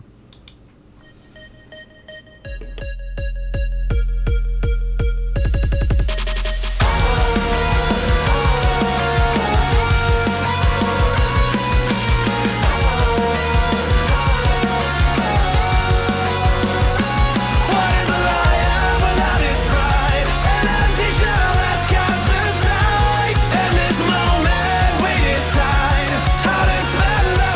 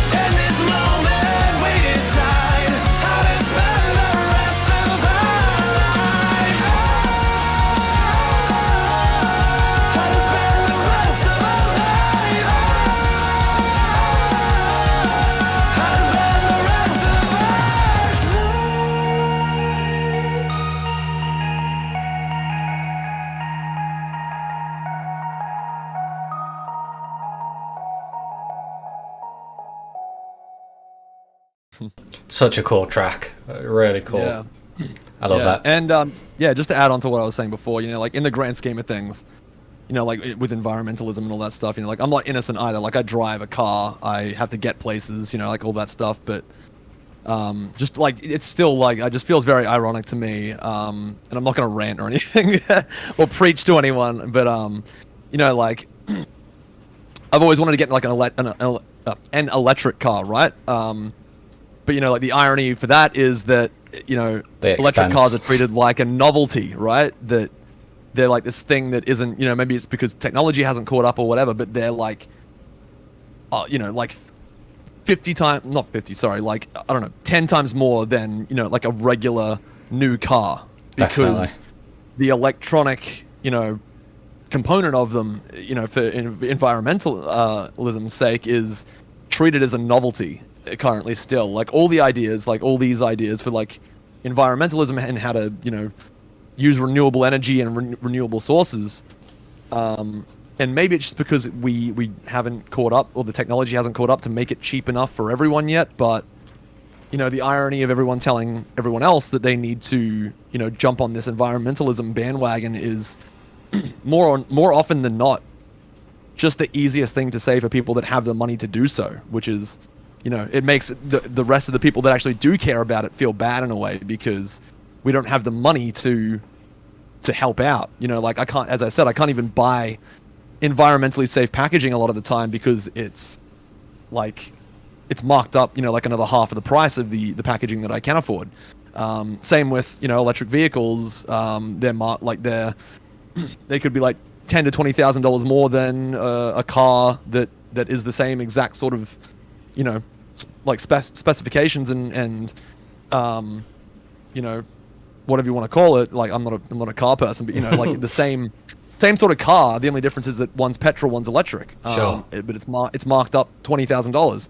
So like everyone can go on all day preaching about environmentalism, but at the end of the day, none of us are innocent with it. And, definitely not. We're all. I mean, we all try our best, I believe, to think about that. In this day and age, and be conscious of it. But we also shouldn't be made to feel bad about what we can and can't do and control. Whether for monetary reasons or for any other reason. When that sort of stuff is decided for us, I suppose. When like I don't have $20,000 extra to buy an electric car. I don't have like $200 extra to buy a box of renewable packaging instead of plastic. It's just it sucks. It does. It is. It's crazy. It's crazy. Which is why I hope. Yeah. I just think it's really like a powerful and really helpful thing to write about more people. I mean, it's there for everyone to see, can't you? It's so messed up. Yeah. It is. It is. Yeah. Let's go on to track 10, Supernova. Yeah, so Supernova, this was also probably one of the earliest tracks written for this album, I think. I think it was written around the same time as Floraison, Wind Waker, and Daedalus. I think they were some of the earliest ones. Supernova and Welcome Oblivion. So actually, no, Phaedra, Supernova, and Welcome Oblivion all for me kind of work as a kind of a continuous through line throughout all the songs, because Phaedra is like, once again, with that Greek mythology. But Supernova and Welcome Oblivion is actually a song about Greek mythology as well. It was actually almost called Charon, which was the boatman from Greek mythology. Hopefully I'm not getting that wrong. I think it's Greek mythology. Yeah, I think Charon is Greek mythology, but he's the one that would ferry dead souls across the river Styx and into Hades, right? So Welcome Oblivion was actually about that, and in the song there's lyrics that talk about what will we have when we're thrown into the waves, but gold to pay our way out of death, which is basically talking about the journey into Hades, right? And Supernova is kind of like the heat death of the universe, used as an allegory for personal self-destruction, I guess. So it goes from like Phaedra, from I guess like destroying the world, into like self-destruction, into going going down into the underworld in a way. So it's kind of like this narrative through line through those songs a little bit. It's not specific and it's not kind of, I guess, written directly, but that's how I feel about the 3 songs there. So yeah, Supernova is kind of like just a song about personal self-destruction or watching someone be personally self-destructive and not knowing what to do or how to help, whether it's like myself or someone else. It's just about, you know, it always sucks to watch someone Of course. like self-implode. Yeah. And yeah, that's pretty much what it's about. That's what I wrote it about at the time. And then putting these 3 songs together in the track list, it kind of made me think of like a through line of, you know, like, yeah, just I guess just, yeah, that just feeling like you're sending yourself to a dark place, I guess. I do always absolutely love like the formulaic way that Valiant Hearts albums are set up with tracks like that, like they run into each other. Yeah. So I think it'd be really cool with how you've explained them both anyway. We'll play Supernova into Welcome Oblivion. Just let them flow because it's so good. Keep any questions coming for Tom. This is Supernova and Welcome Oblivion. Oh, that riff.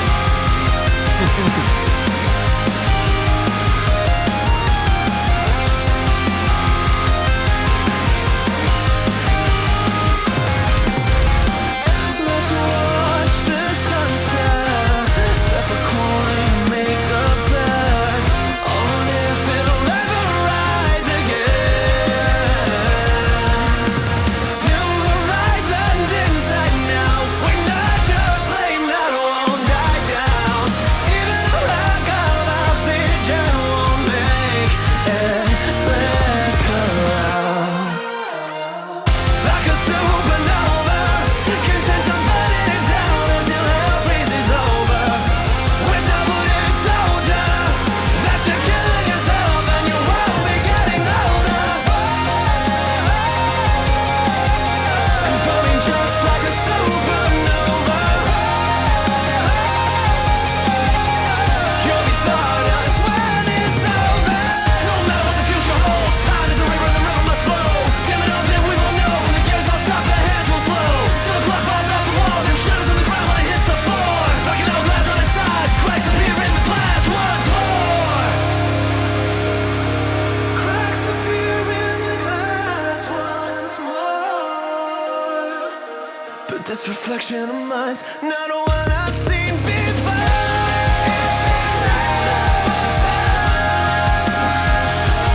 Where your shadow takes the same shape as mine. Like a supernova, content to burning it down until hell freezes over.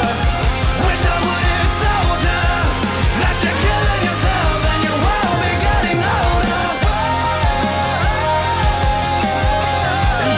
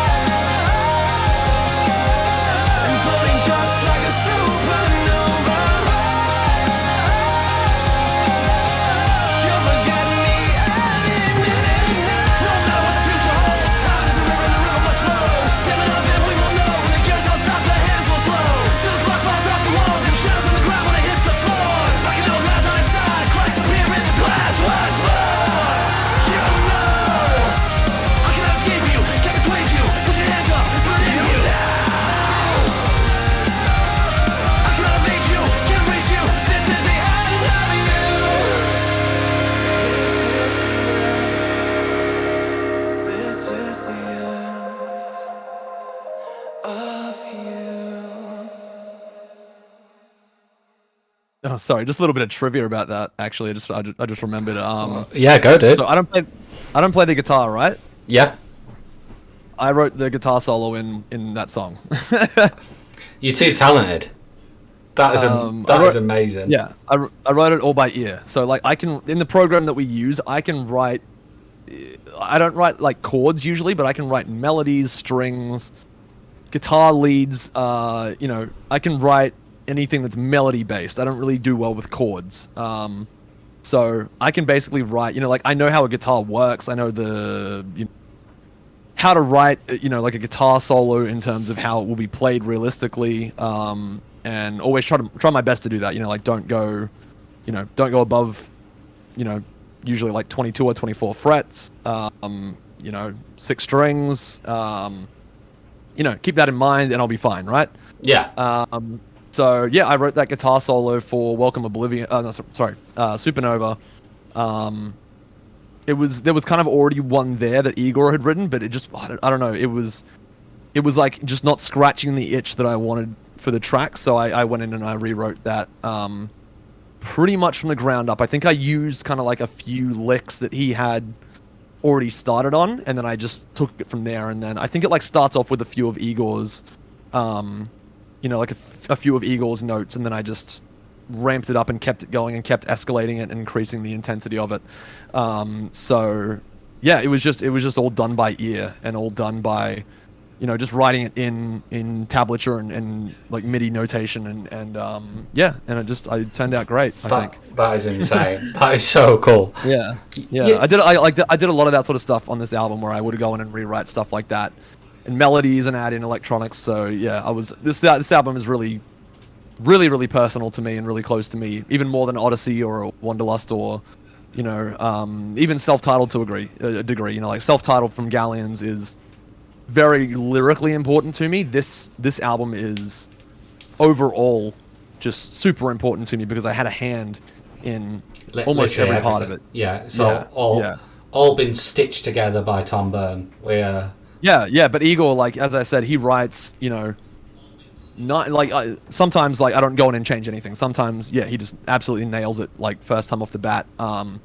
But on the off chance, I do go in and I, edit stuff and I move stuff around and all that sort of stuff. But he, does a phenomenal job at laying, it is insane, all of the foundation for this, which is I can't thank him enough for that. Does Igor do drums as well? Yeah. So he writes all the instrumentals. I write drums as well. Like I wrote quite a few drum passages for this album. I did like all the drum passages for like the 808 electronic drum parts. And wrote some drum fills, changed some drum patterns here and there, but I can also go in and write like drums for a whole song if I needed to. So that's they're amazing. both pretty much set. In my personal opinion, this like percussion wise, this is my favorite like work on a Valiant Hearts album. I think the drums are me too. Next level, so good. Yeah, well, Chris, who engineered the album, he would also go in and he would like change fills around and edit the drums. So pretty much all three of us had a hand. He basically co-produced the entire album, so he would go in and edit drums, add fills here and there. He would edit fills. He would edit like actual like whole passages of the drums to flow better. So like he would move like where the snare hits in the entire passage, or like add parts to the kick or whatever. And that's one really good part about working with programmable like MIDI drums, like fully sampled drums across the album, is that we can write an entire song, right?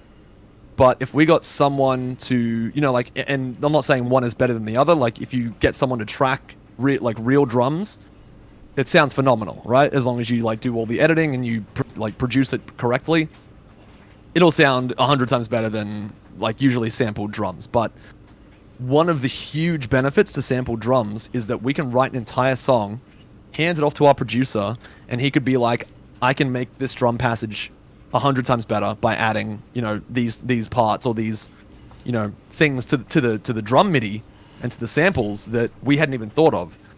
But if we had someone track those drums that we wrote originally, he could still do that, but he would have to replace that whole part with the real drums, with sampled drums to get that same feel, which I think would feel jarring because you'd go from the real percussion, real playing of the drums to all of a sudden a sampled passage, which would probably stand out like a sore thumb, I imagine. Definitely.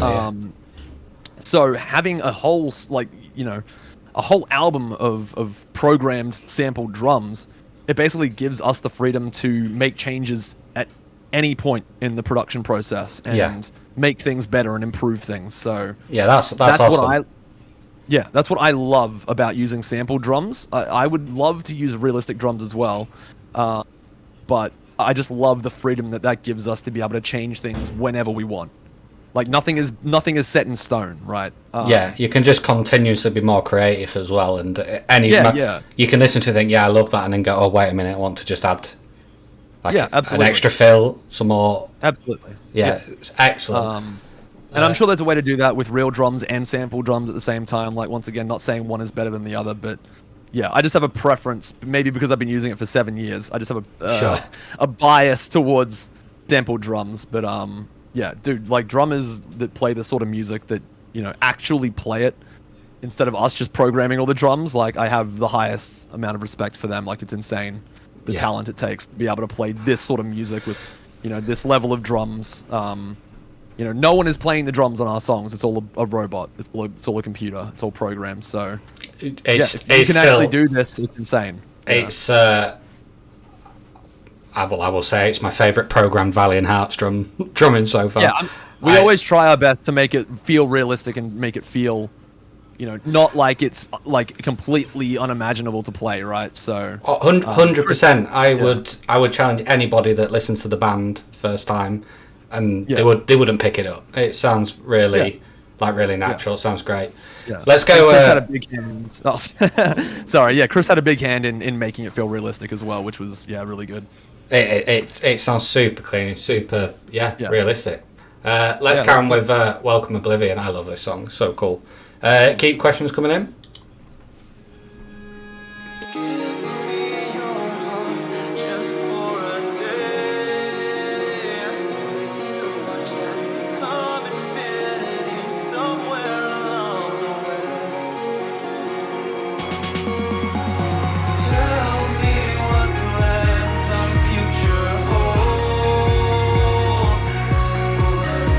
Welcome oblivion until the skin goes cold.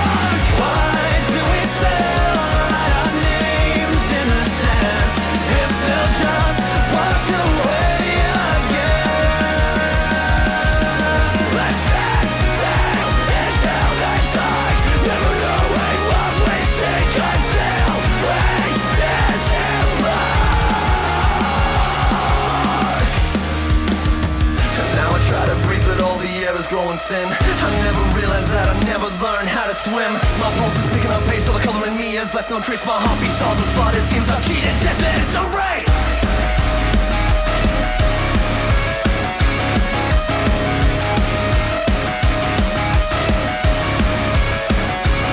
I must confess, I love the nothingness.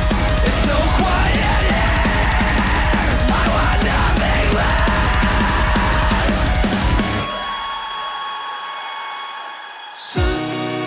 Sailing to the dawn, never knowing what we seek until we disembark.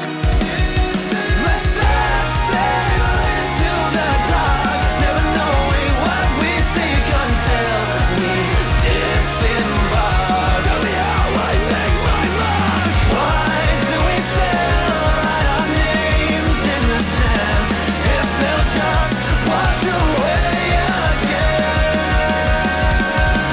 Let's set sail into the dark, never knowing what we seek until we disembark.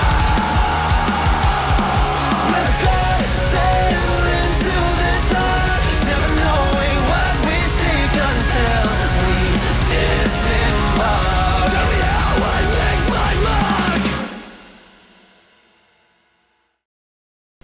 Again, we've got a couple of there in the chat saying this is their favourite.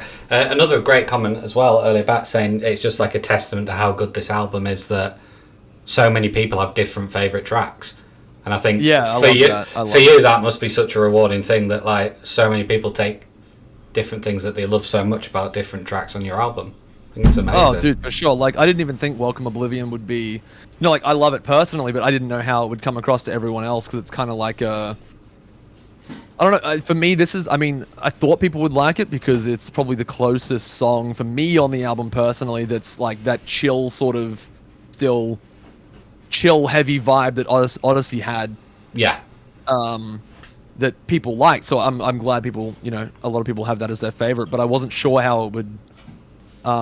you know, like translate being at the end of this album, you know, like would people listen through all this new stuff that we're doing to get to this one that reminds them of Odyssey? So I'm glad people sat through it and enjoyed all these tracks individually to get to that one that, you know, that's still their favorite, still being like track 11 on the album, and people are still, you know, saying it's the, you know, the track that they like most. So that is really really rewarding for sure. That is really cool. So track 12, another huge, like just for the numbers, like looking at, wow, it's done incredible. Track 12, Vertigo. Obviously, you touched on bass about it a bit earlier with Marvin and Alaska. What was it like working with him? Oh, fucking phenomenal. Like, he's so easy to work with, such a nice guy as well, and it's, you know, meeting him through Phil. You know, like they're in a band together now in a project called Floya. I always say it wrong, like, or not wrong, but I say it two different ways, like all the time because of my Australian accent. So I always want to default to Floya, which I think is the correct pronunciation. But then I sometimes always say Floya as well, which I don't know. It's you know, either or, potato, I guess. Yeah, exactly. But, you know, they got new music coming out soon, February 18th, actually, so definitely go check them out. It's spelled Floya. I've been telling everyone about it, and they're all like, dude, there's no music out yet. Like, why what is this band? And I'm like, yeah, I know, it's coming out. Like, it's just started. Like, they've just, you know, like when we dropped Vertigo and Yonder, I think it was when we dropped Yonder, actually, that was the first time they announced everything, and they were like, you know, they announced the project. They said, you know, like when the debut song was coming out. So we started, you know, putting see, that's it. I get caught up. I get tripped up with the pronunciation.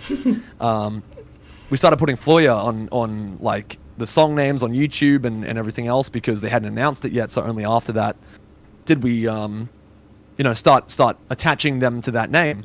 And you know, they're both on it. So, it only felt right to put those tracks together because they themselves are a duo, just like Igor and I are. Yeah. So it felt proper to put Vertigo and Yonder together because that's, you know, they themselves are a team of musicians just like us. So Vertigo for me flows perfectly into Yonder, because Vertigo is basically about, through this whole journey, Vertigo is basically about, and especially coming after Welcome Oblivion, where you're going into this dark place. It goes into Vertigo, and it talks about losing yourself, and trying to gain balance again, and trying to figure things out, and trying to, and by the end of the song, it's about finally reaching Yonder. So that really felt like it made sense to put before Yonder, and it was the only song that really made sense to put there in the grand scheme of things, because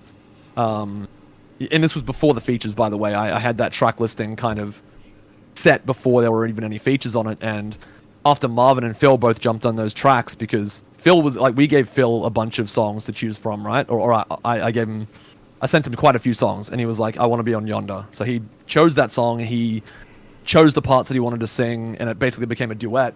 But with Marvin, we approached Marvin, and we were like, dude, it would be awesome to get a guitar solo from you for this 40-second chunk. And it just ended up being both of them as Floya on our album, which is great. I like that they each got their own song to kind of shine on, and it just ended up being a really nice dynamic of one duo working with another duo, and just exploring how that would sound. So yeah, Vertigo is basically just about the culmination of the album up to that point, where it's trying to find, I guess, a form of balance, I guess, to be able to complete the journey, which ends with Yonder.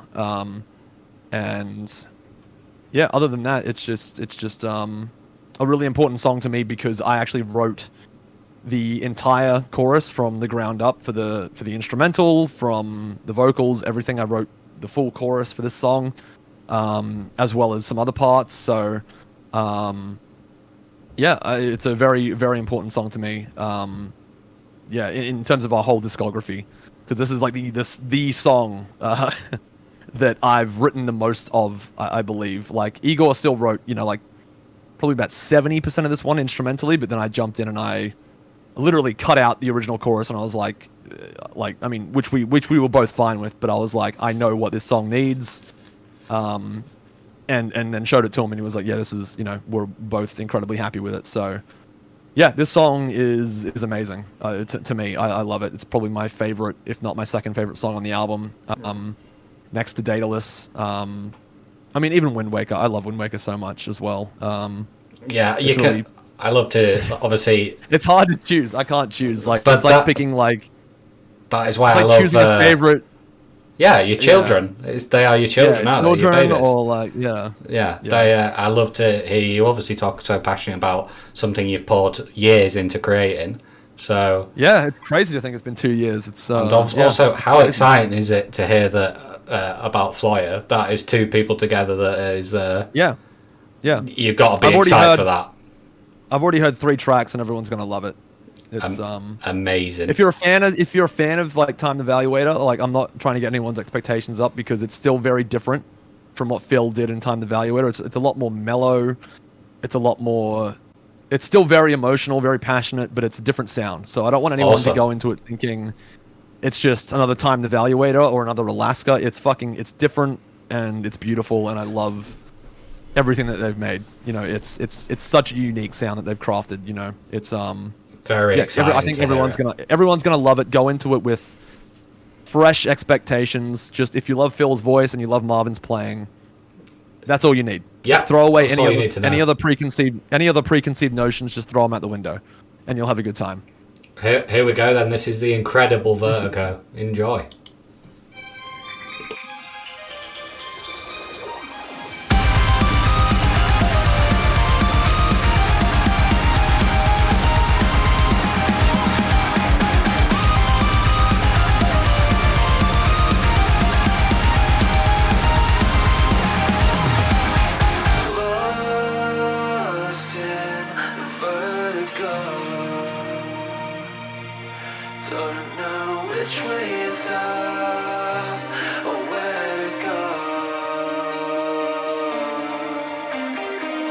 Don't let go. It's not my fault that life gets out of control.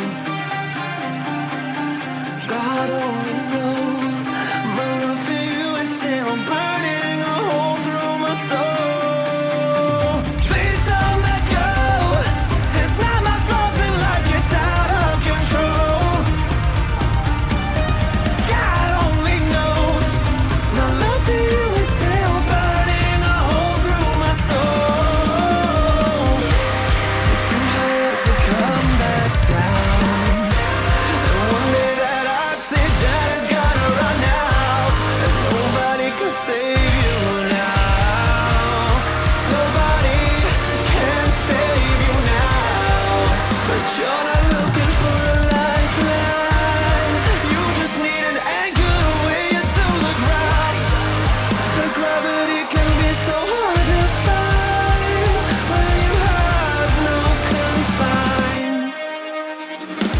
I lost myself in the vertigo such a long time ago that my head never stops spinning around. I'm lost where I need to go, directions overthrown, nothing to anchor me to the ground. Don't look down, don't look down. So cold, standing in the shadow of a sunburned town. If only time could buckle its own arrow and leave the bow unwound. Please don't let go. It seems like no one's down at mission control, and nobody knows what lies beyond what the event horizon shows. Please don't let go. It seems like no one's down at mission control. Down the black hole. Not even Alice knows how deep Wonderland goes. Down the rabbit hole. You're running to yourself. Drifting through the dead of space, our hearts all turn so cold. Bodies understood. Yet more fragile than cathedrals made of stained glass windows. Down the rabbit hole. You're running to yourself. Drifting through the dead of space, our hearts all turn so cold. Bodies understood. And gravity can be so hard to find when you have no confines.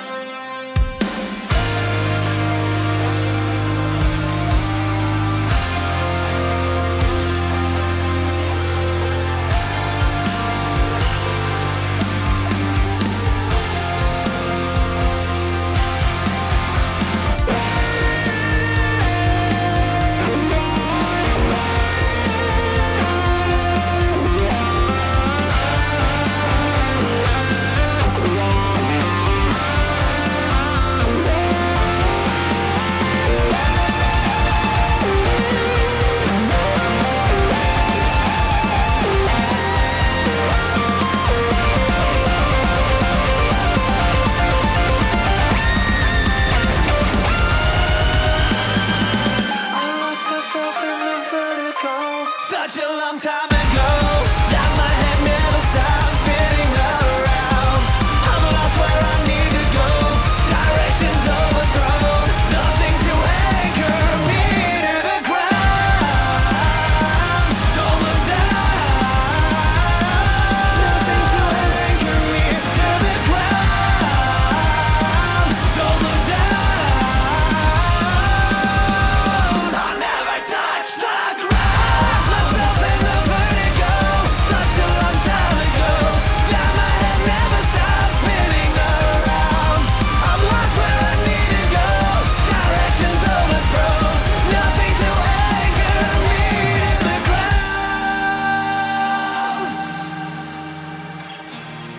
Nothing to anchor me to the ground. To the ground.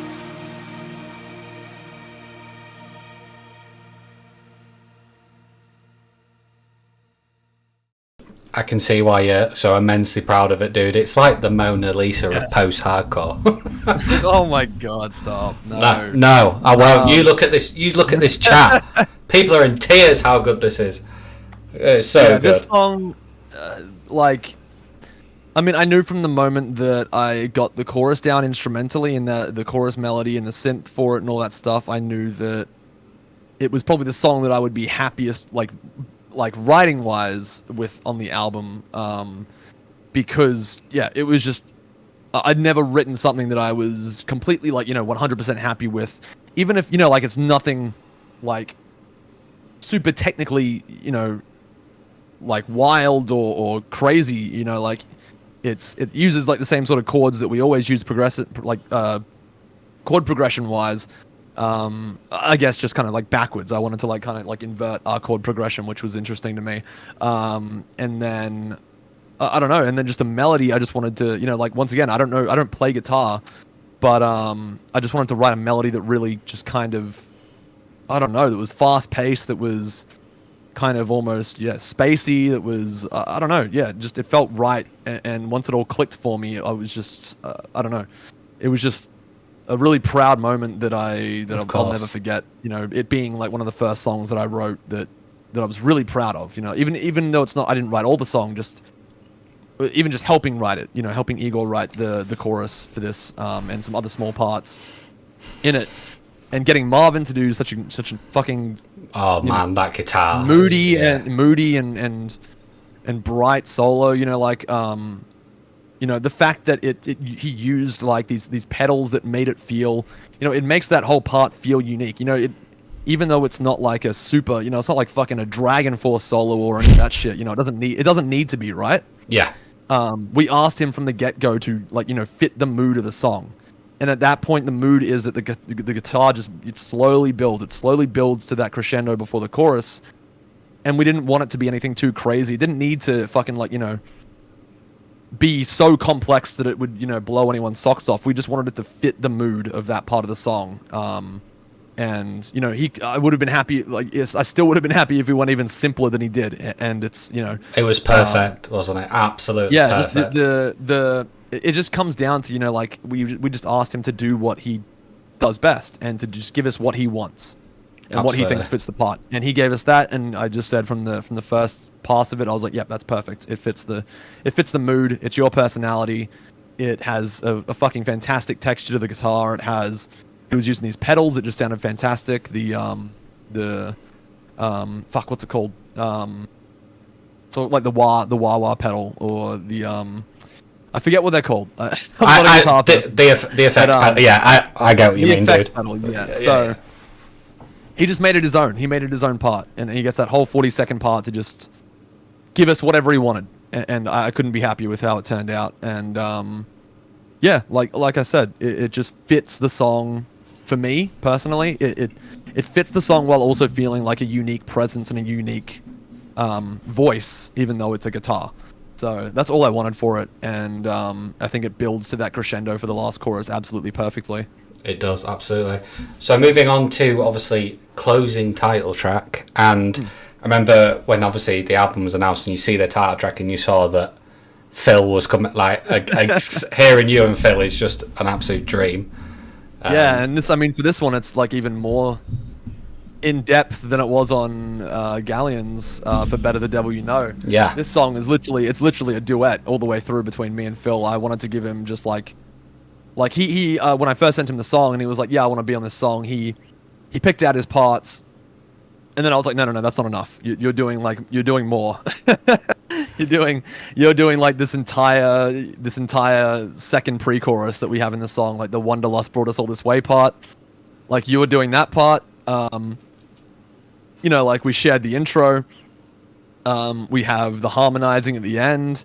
He does the first half of each chorus. Like, I wanted this song to just be a duet because, since I met Phil, he's become, one of my closest friends, even though he's in Germany and I'm in Australia. Like, it doesn't, the distance doesn't change any of that, right? Of course. So I've gotten to know him so well, and he's such a genuine and, thoughtful presence in my life that he's always asking me how I'm doing, always wanting to catch up and ask about me. That's right? awesome. And I try to return the favor and ask about how he's doing whenever I get the chance. Same as he does. So Yeah, I've known him for about, I think it might almost be like 2 years now, which is fucking crazy to think about. But yeah, like we always love working together, especially when it's a track that feels as passionate as this one does, and you know, means as much to both of us as it does. You know, like Yonder, like he loves, you know, my music, I love his music. He listened to Odyssey, you know, I listened to Time Evaluator, and you know, now Floya, and love both of them so much. So, yeah, having him and us both being fans of each other's music and each other's voices, and yeah, it's so absolutely loving. Yeah, it's so wholesome. I love it. It's like proper like full circle. It's so proper nice. bromance. We love bromance. I mean, I love this bromance. The question is Tom Byrne going to be on a Floya track?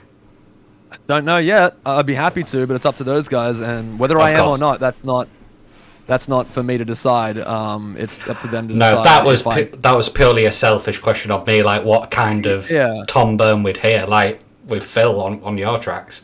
I did actually, for one of their tracks, I actually did help Phil in co-writing one of the choruses for a new one of the Floya tracks. So I'm really proud of the work that I got to do on that track with him. Oh, that's so cool. So it won't be my voice on the track, but Phil absolutely fucking annihilated the chorus that I helped him write, as usual. He's a monster vocalist, isn't he? He's insane. Yeah, but the chorus that I helped him write for this one is actually quite soft and quite, you know, passionate and tender, and yeah, it just is a really beautiful chorus in my opinion. Not to toot my own horn, but you know, the parts that he added to it on top of what I kind of gave him as the foundation, I fucking love, and he took it to another level, which is I'm so proud of just being able to be a part of it. So that's amazing. I love it. It's not my voice on the track. I don't feature on it, but I helped write the chorus of it, and I couldn't be happy with how it turned out. So amazing. Yeah. Well, let's close out this absolutely incredible album. We'll touch base a little bit after it finishes, but yeah, absolutely. Everybody, get your tissues out. This is the phenomenal Yonder.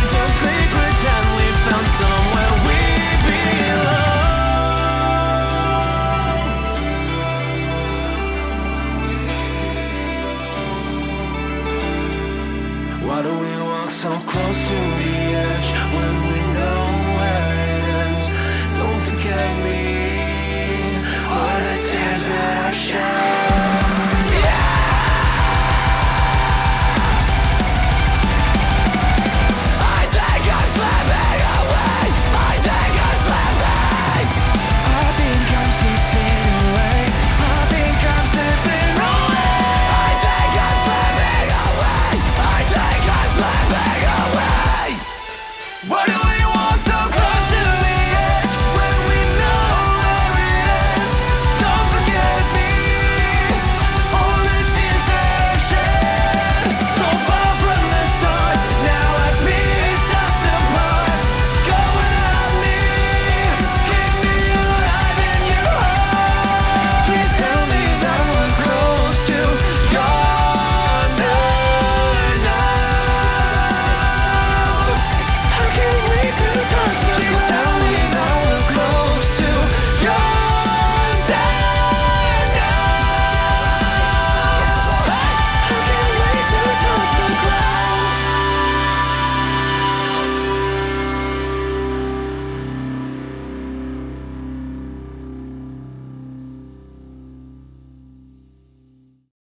And Big that, finish. that right there is the absolutely incredible Yonder in full. Tom, as always, mate, it is such a pleasure to just have you on every time and just chat and go for everything. I mean, what I would say is our deep dives are always the deepest dives. So that is what I absolutely love. Congratulations, congratulations to you and Igor and everyone involved, Phil. Because Thank you. it is, in my opinion, the best piece of your work thus far. And Well, I mean, I'm always blown away by how well each of these albums comes together in the end. Like each year, I'm just trying to,